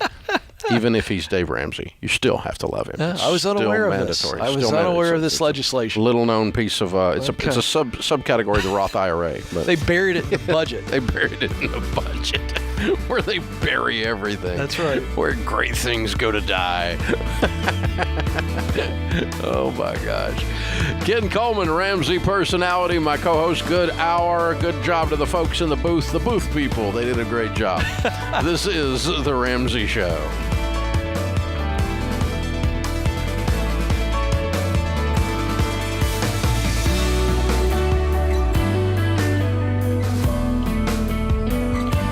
It's Kelly, associate producer and phone screener for The Ramsey Show. If you would like to do your debt-free scream live on the show, make sure you visit theramseyshow.com and register. We would love for you to come to Nashville and tell Dave your story.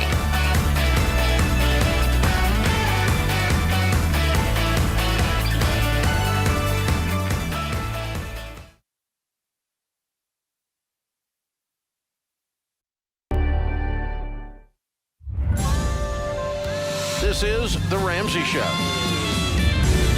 You can be intentional about your character. You can have money and a career. You are the hero in your story.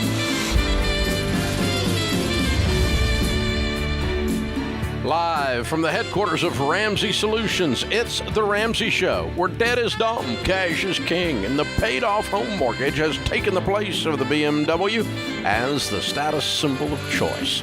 I'm Dave Ramsey, your host. Ken Coleman, Ramsey personality, is my co-host today as we talk about your career, your work, your mental health, your relationships, your boundaries, and your money.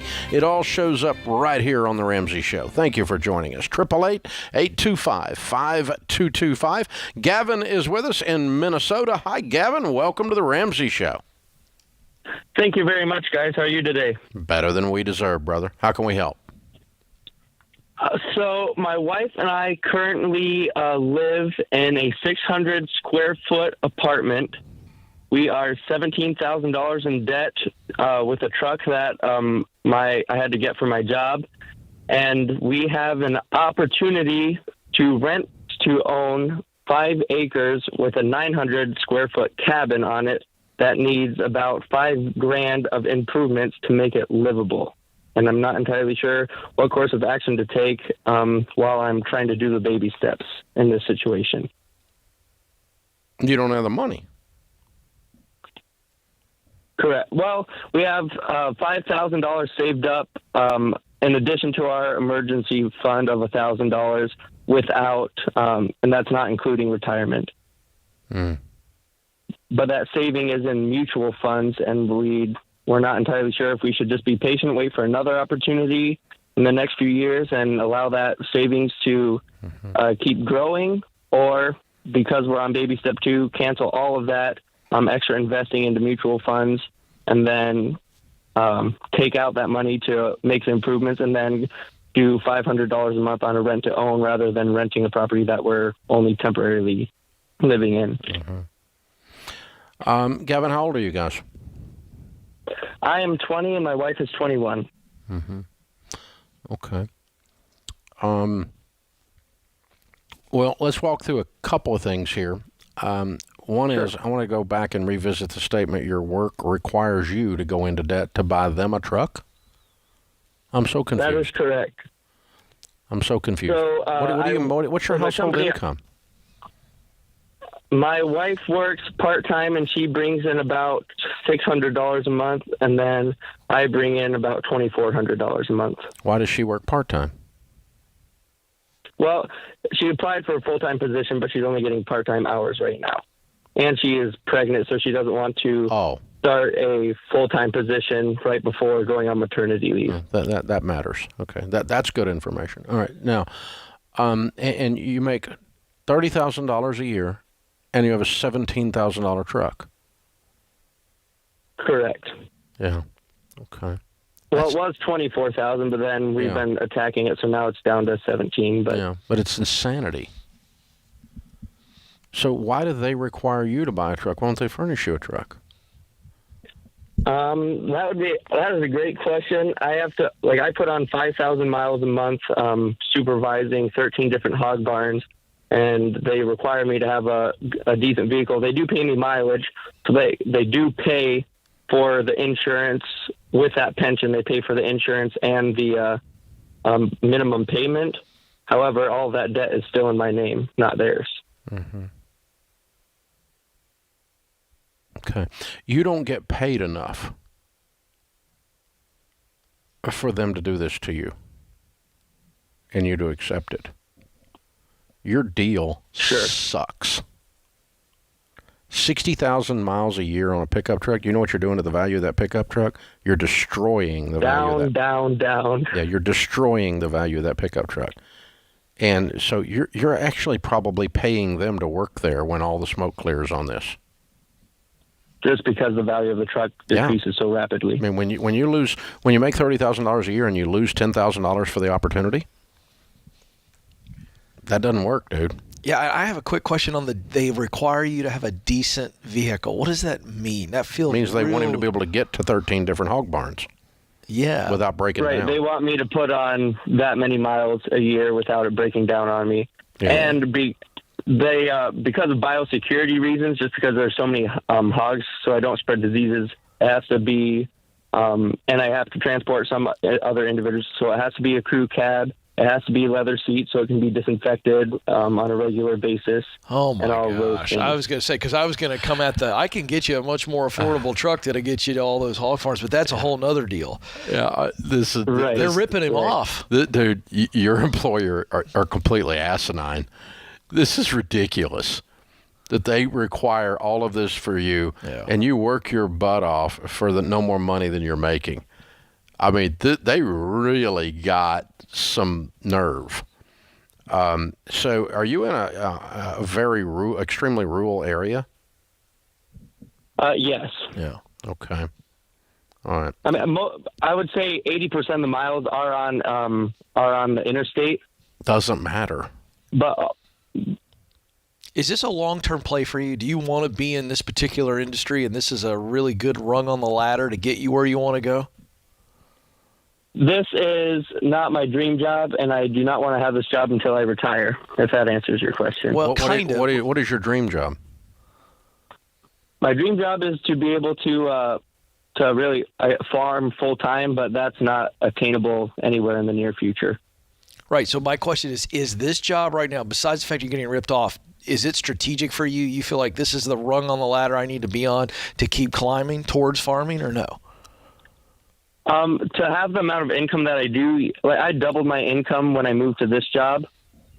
So, and right now I don't seem to have any other opportunities super close to home in order to maintain that income within $10,000 both ways a year, without driving an hour and a half to 2 hours to work. Wow. How open to moving outside of this area are you and your wife? Not very. Just let me stop. Let me just stop you for a second. With what they're costing you by requiring this truck, you guys are living below the poverty level. That's why we're so concerned. Yeah. You're not making any money. It's a mirage. It's a mathematical mirage, because you're destroying $25,000 while you're making $30,000. And this requirement that they've got on a 21-year-old young man, or at least you've accepted it as a requirement, is not. It's just unreasonable.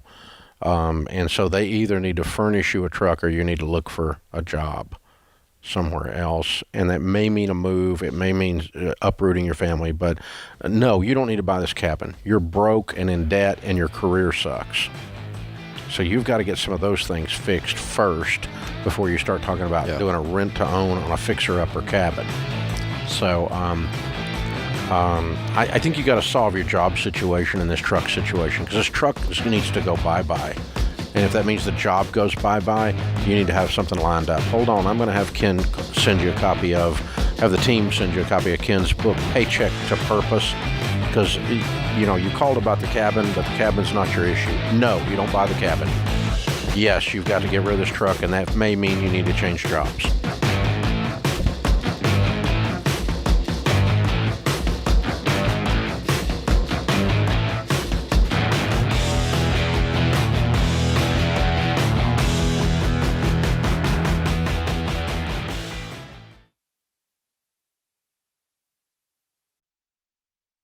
If you're not using Pure Talk for your wireless, you're paying too much. Pure Talk gives you the same great 5G coverage on the same 5G network as one of the big guys for half the cost. The average family saves over $800 a year. Go to puretalk.com and choose the affordable plan that's right for you. With their 30-day risk-free guarantee, you have nothing to lose. Go to puretalk.com and enter the promo code Ramsey to save 50% off your first month.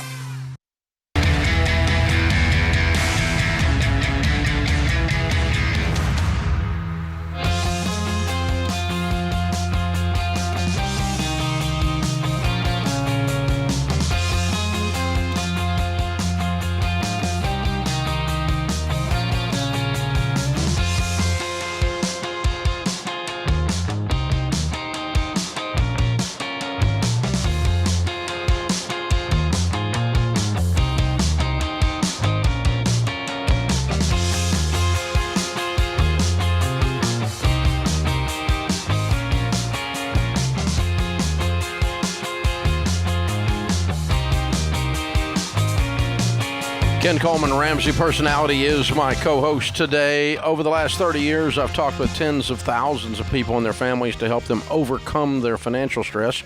We found that money stress is one of all the kinds of ways we experience stress. People struggle with stress, anxiety, loneliness, all at the same time. Here's the good news. Dr. John Deloney has a new book called Own Your Past, Change Your Future, where he will walk you through a not-so-complicated approach to relationships, mental health, and wellness. With personal stories and decades of experience and research, Dr. Deloney shows us how to transform hurt into healing, move from hopelessness to hopefulness. And the book is available for pre-order right now. Own Your Past, Change Your Future will show you how to deal with all kinds of trauma, how to get connected to a community and make friends as an adult, and the steps you can take to change your thoughts and your actions. It is possible. Write a news story. And here's why you should pre-order right now. The book will come out in April, and we're in pre-sale right now. But if you pre-order, you're going to get free bonus items that include an entire month of free one-on-one therapy with our friends at BetterHelp. So pre-order your own copy of Own Your Past, Change Your Future. It's only $20. You get everything in the world with it, including this month of help from BetterHelp. All at RamseySolutions.com. The book is Own Your Past, Change Your Future. Dr. John Deloney, hot topic right now in this world that we live in, full of lots of hurt out there. Steve's with us in Montgomery, Alabama. Hi, Steve. Welcome to the Ramsey Show. Hey, Dave. Thank you so much for taking my call. I've been listening to you for so many years, and I finally hit rock bottom, and I need your help. Okay. I've been in the Army now for 20 years, and I'm going to be retiring in 2 years. And my family and I are in Chapter 13 bankruptcy. When we were in Washington State, we were full-time RVers, and we fell into buying a brand new fifth wheel that was $100,000, and it ended up being a lemon. And because we're military and have, Alabama driver's license, Oregon plates, bought it in Washington, et cetera, a lawyer told me that lemon law wouldn't work, and our best thing was Chapter 13. So we're 21 months into our Chapter 13, and we have $32,000 left in the bankruptcy. I have nothing. Did you surrender the trailer? Yes, we surrendered it. Okay. But they missed the deadline, so they didn't get any money. So you surrendered the trailer, and there's no. They missed the deadline to file under the Chapter 13. That's correct. And for any deficit on the repossession. I see. Okay. That's correct. Yes. Okay. All right. So the $32,000 that's in the Chapter 13 is what? It's my wife's car and my truck, and then 4 credit cards. What do you owe on the car and the truck? On the car is $18. On my truck is $9, and then on each of the credit cards is $4,000. $5,000 is not vehicles. The rest of it's all vehicles. That's correct. So what's your household income? So gross is $90,000. I'm active duty Army and everything, and I've just been horrible with money. I'm gonna be perfectly honest with you. I've been on multi-tour deployments, and money's huge while you're deployed. Spend, and I've realized my mistakes. I'm sick and tired of living paycheck to paycheck and just wondering where's the money at. Well, thank you for your service, and yes, sir. I appreciate that you're ready to turn this around. So yes, sir. What you could do is, do you have any money saved now that you've been in this for 22 months? Nothing at all. Okay, all right. I would run a Kelley Blue Book on both of these cars and see what in this ridiculous car market what they're selling for. It's possible you could sell them for enough to get out of them. Okay. And if you did that, you could voluntarily dismiss the 13. You would only have $5,000 in debt left, making $90,000. Now we quickly got to get you a couple beater cars that you pay cash for to drive around till you get this behind you. But if you had 2 beater cars that you paid a couple $1,000 each for, right quick, you release this. You sell these cars, yes, sir. And then you dive on the credit cards and get them paid off. I think you're free and you're completely debt free and you're ready to start your life fresh and you're out of the bankruptcy. Yes, sir. But the cars would have to sell for enough to get you out of them. Right. Okay. They might sell for more. Yeah, they probably would down here in this market. Because what are the cars, real quick? While you're talking to Dave, I want to do some research.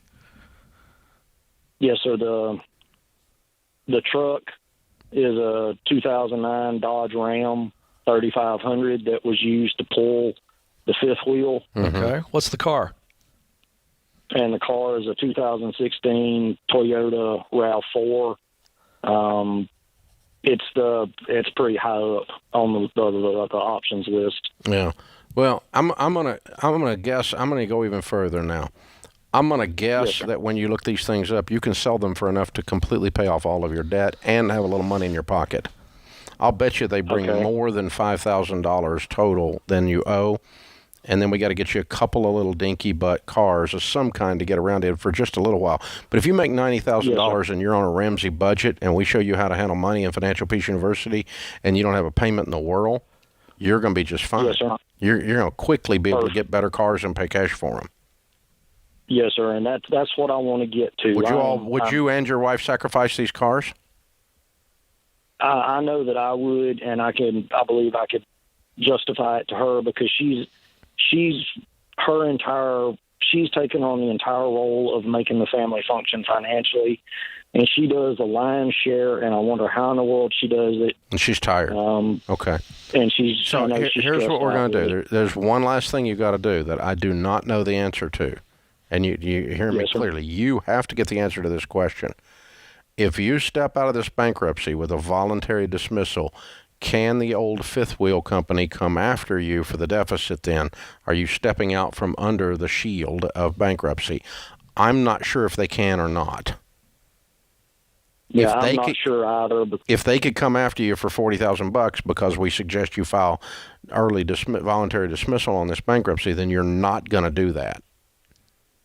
Okay? Okay. So you got to make sure they don't come around and take your head off after we take you out of this. Because basically you have a force field around you called bankruptcy protecting you.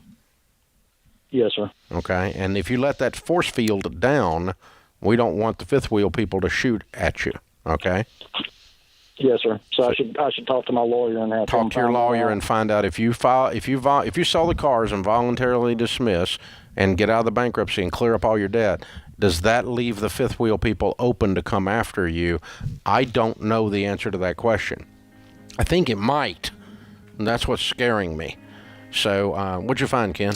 That you got a 2016 Toyota RAV4 anywhere from 103,000 miles for $20,990, or one with 88,000 miles, $24,990. I went a little on the higher miles. Did you get the I didn't get Ram? I didn't get the Ram, the 2009. It's more than 9,000. So yeah. I'm right. You're absolutely right. They can clear their bankruptcy completely by selling these two cars and can go get you a couple of beaters.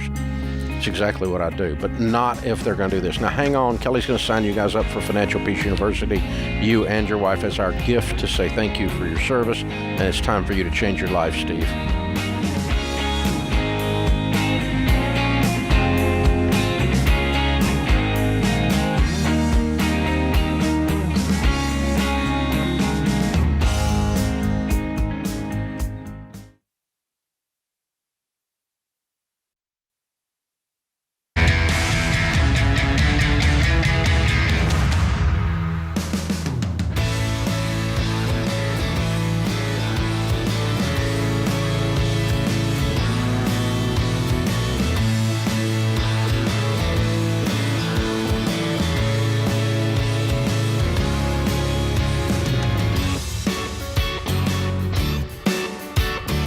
In the lobby of Ramsey Solutions on the debt-free stage, Tobin and Lindsay are with us from Atlanta.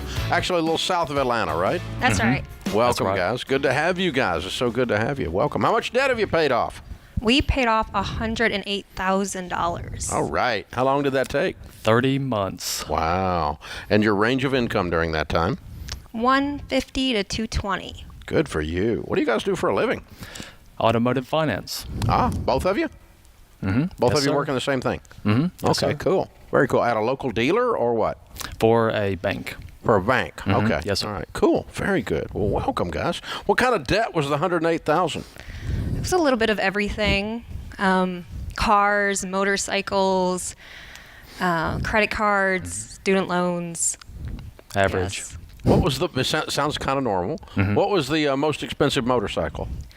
Oh, man, that one hurt. That was a 2013 Harley Softail Classic, and I think $15,000 we owed on it. It hurt because you liked it? Oh yeah, I brought it for him for his birthday. But you I liked think it. you liked it more. I did. I did. So I had to call. She's and calling off sell the it. specs. Yes, she is. Yeah. You was could a nice see that far and away look when she talked about it. You still remember the pain of that one. I do. The thing driving away. I may have cried. Little tear when it drove away. Yeah, might have happened. Yeah. Okay, so what flipped you guys? What in the world made you 2.5 years ago decide to go crazy and do Ramsey? Well, so we went to a financial FPU class at our local church, and that was it. We went into it like personally. We had separate bank accounts. We were doing our own thing, and me, I'll just go ahead and air my dirty laundry. I went in like this. Sure, I'm good. Sure, I know about money. Sure, I'm in freaking finance. That's what I do for a living. Yeah, I mean, I got it. No problem. Yeah. That's right. I don't think he said anything for the first 3 classes. No. Not a word. Like actual body language was this. Yeah. Yeah. I don't want to be here. She drugged me. Yeah. All right. Cool. Then what happened? What unfolded the arms? Just submitting to the process. Just going. Yeah, but why would you do that? I mean, what was the information that got you to go, oh, wait? Well, so for you, you really just going through the whole thing, and actually the statement was this that sticks with me is you said, and you were more elegant, was I can't live in the apartment that's ran by a 20-something-year-old kid in another state, but I can buy the entire complex. I think it was at that time you realized like the money thing that we've always thought about just didn't make sense. It was trying to do a different approach. Yeah, it was just changing our behavior. Yeah. Okay. But you had to believe that there was a different way of measuring winning. Absolutely. And you say, okay, the FICO is not the measure great of winning. FICO. That's the right. great FICO. Worshiping at the altar of the great FICO. That's what that little riff is about. Yeah. I don't have a FICO score, so I can't rent an apartment if they require that. That's what that whole riff is about. Right. Yeah. And so, yeah. Oh, my gosh. That's wild. Good for you guys. How long y'all been married? 6 years. Okay. So 2.5 of the 6, you've been on this journey. Yes. All right. Very cool. And now you're completely debt-free, everything but the house. Everything but the house. We have that slated to be paid off in 2 years. Wow. Look at you. Wow. So how's it feel now? Feels great. It's nice to be able to just pay cash for things. To tell you the truth, I always say we weren't really gazelle intense. We were more like hippopotamus intense because we were still going on vacations and going out to eat and that sort of thing. We just did it a little bit slower on purpose. We probably could have done it in about 24 months. Yeah, I was looking at your income. Yeah, you could have done a lot better. Yeah, I guess that's right. I wasn't going to call you out on your debt-free scream day, but there you go. Yeah, that's good. Good, very good. That's okay. You got out. We did. And will you go back? Oh, no. No. No, sir. No way. Not going to talk you into it, huh? No. Okay. Very cool. What do you tell people the key to getting out of debt is? Well, first, you got to submit your finances to God. Capital G, capital O, capital D. Submit your finances to God. Submit to each other, the accountability, one bank account, one plan, one goal, and for us, that's a driving factor, is that accountability that's built in. And then just have submitting to the process. And sticking to it. That was the thing that for me was, why do I want to do it Dave Ramsey's way? I mean, why? Love this. But it was just saying these things of, I can't live there, but I can buy it. And just, submit your finances to God. Submit to each other. And submit to the process. A proven plan. Yeah. You two both have strong personalities. So I got a feeling, just looking at you, I got a feeling the whole putting the bank accounts together and getting on the same page was a process, wasn't it? It was. And when we made that decision to do it, it was easy once we made that decision to just go full force. But what was actually interesting is I was still on a bank account with my mother, and it took about almost a month to go through that process of taking her off and then putting him on. So there's a little bit of work involved. But once we did that, we realized how powerful both of our incomes were together. So how does the conversation go on selling the motorcycle? Who brings that up? Well, like you said earlier, I was a little more attached to the motorcycle. I actually remember the day I bought it. It was for your birthday. Put it in the driveway, had balloons on it and everything. And I'm calling him every 3 minutes. When are you coming home? When are you coming home? This is a great wife. Yeah. I think, thank you. I'll take it. And because I saw this big storm cloud coming, and I didn't want to have to cover up the motorcycle. And he pulls in the driveway eventually, and he says, I don't have a motorcycle license. And I'm like, what? I was like, you said you could drive this thing. I'm like, I got online. I'm like, I'm signing you up for a class right now because we are getting out on the road on this thing. So, yeah. Too great. Okay, so how did it come up to sell it? Who brought it up? Well, that was something I knew that we had to do. So I said, we can have these things in the future. We can have these nice things that we want, but we have to be in a position where we're just paying cash and we're being smart with our money. So, ding, ding. There it is. So you brought it up. I did. Okay. And Tobin, what'd you say? You went, I can't believe you're doing this. No. Okay. Oh, you just said okay. Yeah. Okay. Yeah, you were in. It's about that shared goal. Yeah. Whatever it takes to get the goal. Yep. Yeah. That's it. Powerful. We laughed, but I understand. You kept talking about the process. You went to a deep place there. The audience heard it. They saw it. You submit the process. That's hard. It's very hard because when if you get serious about losing weight or you get serious about putting on muscle or whatever it is, it's the discipline that is so hard. You ask yourself, why am I doing this? I remember when Dave forced me to train and run the half marathon. Like, why am I doing this? He forced He you. shamed me. I've deep trauma over it, Deep folks. shame. It's another show. Yeah. But there's something special about embracing the discipline to get to the desired future. Yeah, and it's something that, like, thinking about this is, the process takes time. It's not immediate. And for the people that have been going through it for 6 months, 6 years, whatever, and you're still just moving and moving and moving, just be consistent. Keep going. Because for us, it's always, we're planning for us at 40, 50, beyond. Yeah. And that's the process. It's not immediate. Just keep going. That's right. Keep going. Yeah. We got a copy of Baby Steps Millionaires for you. That's the next chapter in your story for sure. You're on your way. How ordinary people built extraordinary wealth and how you will too. And a copy of Total Money Makeover for you guys to give away to somebody and get their journey started. You guys are an incredible couple. Yeah. It's fun talking to you. I'm so proud of you. Tobin and Lindsay, Atlanta, Georgia area, paid off $108,000 in 30 months, making $150 to $220. Count it down. Let's hear a debt-free scream. 3, 2, 1. We're debt-free!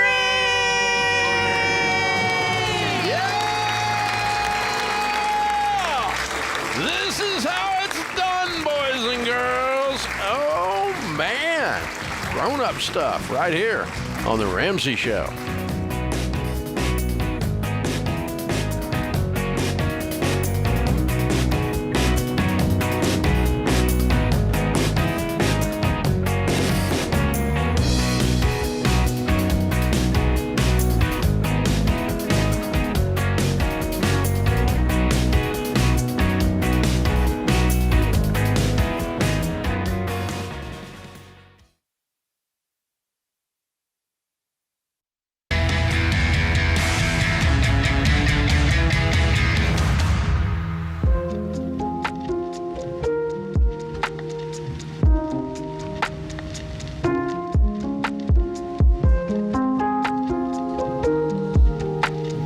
Our scripture of the day, Proverbs 11:1. The Lord detests dishonest scales, but accurate weights find favor with him.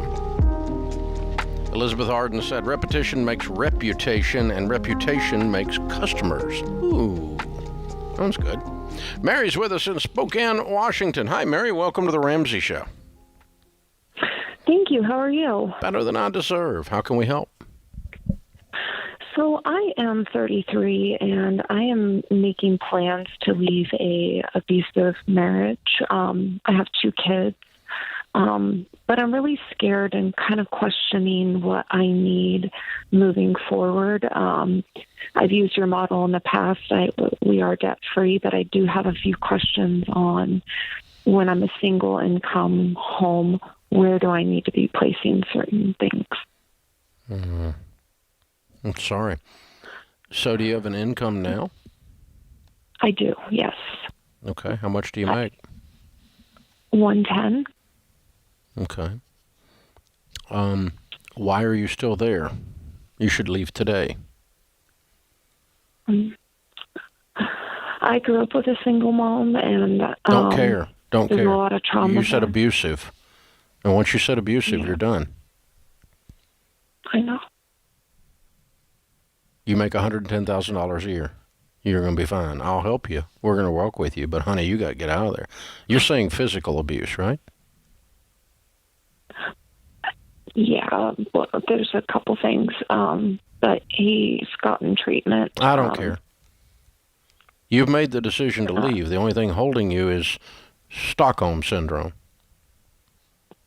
I just don't know if I can do it by myself. That's his words, not yours. His words in your head. It's what abusers do. They take away your confidence. Honey, you make $110,000 a year. There's a lot of things you are, but stupid ain't one of them.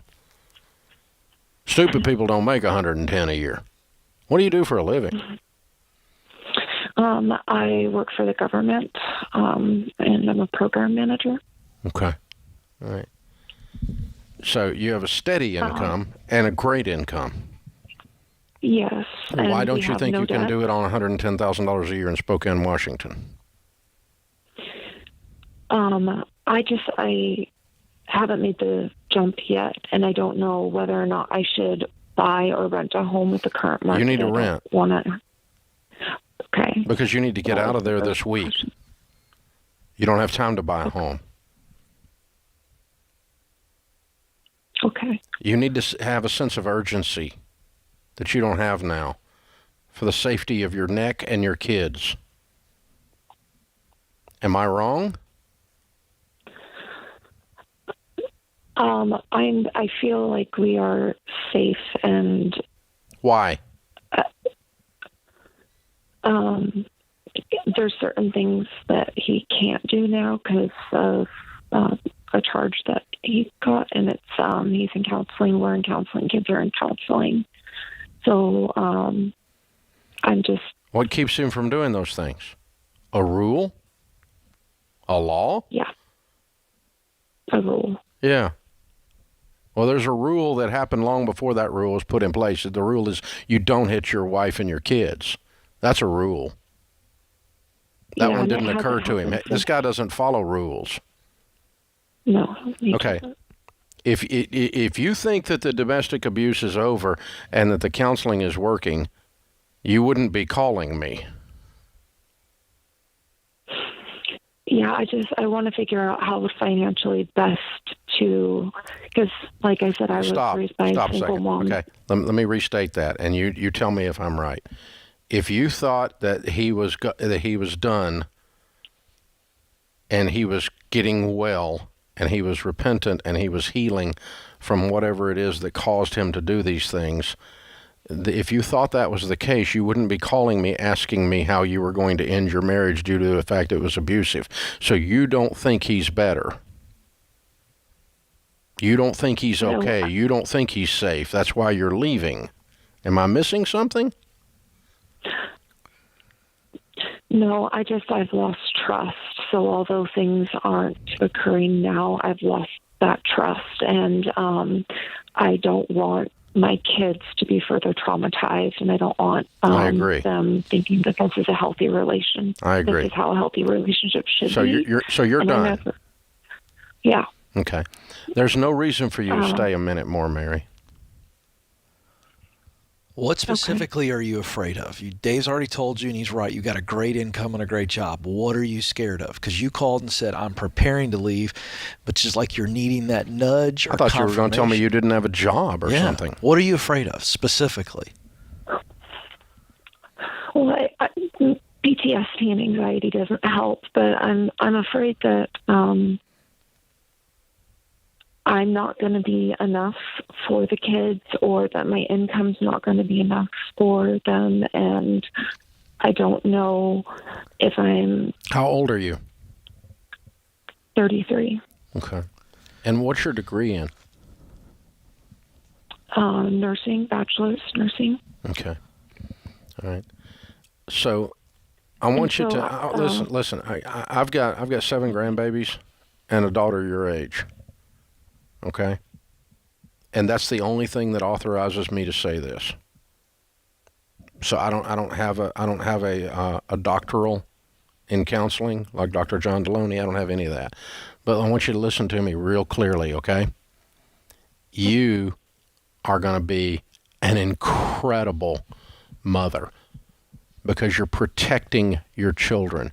You are an intelligent lady. You're a smart lady. You're a wise lady. And you make a ton of money. You're going to be just fine. Quit believing the lies that he has told you. That's the trap he put you in.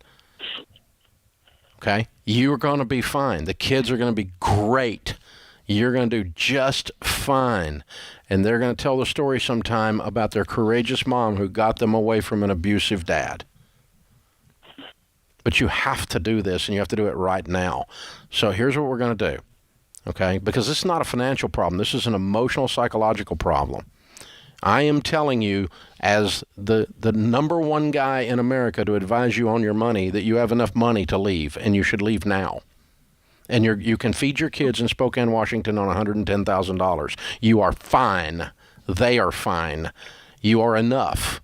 You're going to be a great mom. Yeah. You're going to be a great single mom. You're going to do great. Your kids are going to heal. You're going to heal. You're going to look in the rearview mirror and see this manure in the rearview mirror. But you've got to put it in the rearview mirror. You're plenty. Now, here's what we're going to do. I have trained Ramsey certified coaches in your market, and Kelly is going to pick up, and we're going to have you sit down with one today or tomorrow. It's going to cost you nothing. We're going to pay for it. Okay? Okay. And they're going to help you do a budget and show you how to get your rent going and show you how to get this stuff done. And I'm going to put you through Financial Peace University so you can be confident on handling money as well. Now, when you get that level of confidence in the next 3 days, I want you to pack your stuff and get out of there. I'm scared for your babies. I'm scared you're going to hang on and hang on and hang on and hang on and hang on because of your lack of confidence that is completely unfounded and unfactual. Does that sound mean? Does that sound mean? No. Okay. It's just embarrassing. It's not embarrassing. You've done You nothing didn't do wrong. anything wrong. It is embarrassing, but you didn't do it. Okay? And I want you to hear loud and clear that you're plenty, you're enough. And I want you to feel a Ramsey hug coming through the airwaves right now, and this whole organization is going to come around you and make your life okay. We're going to show you how to do it. You have the tools to have a great life. Okay? Thank you. And We believe in you. I want you to call me back on the air and tell America that you're okay when you get the crap out of that house. You hold on, and Kelly will pick up, and we're going to get you signed up for whatever you need. And hook her up with Ken, too. She doesn't even be hooked up with Ken. She's crushing it. She's crushing it. What am I saying? Put her in everything she needs. Anything she needs, get it to her. But get her out of the house, Kelly. This is The Ramsey Show.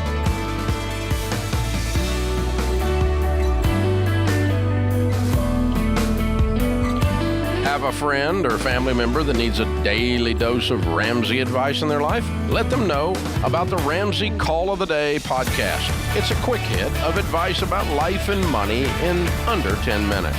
Check out the Ramsey Call of the Day podcast wherever you listen to podcasts.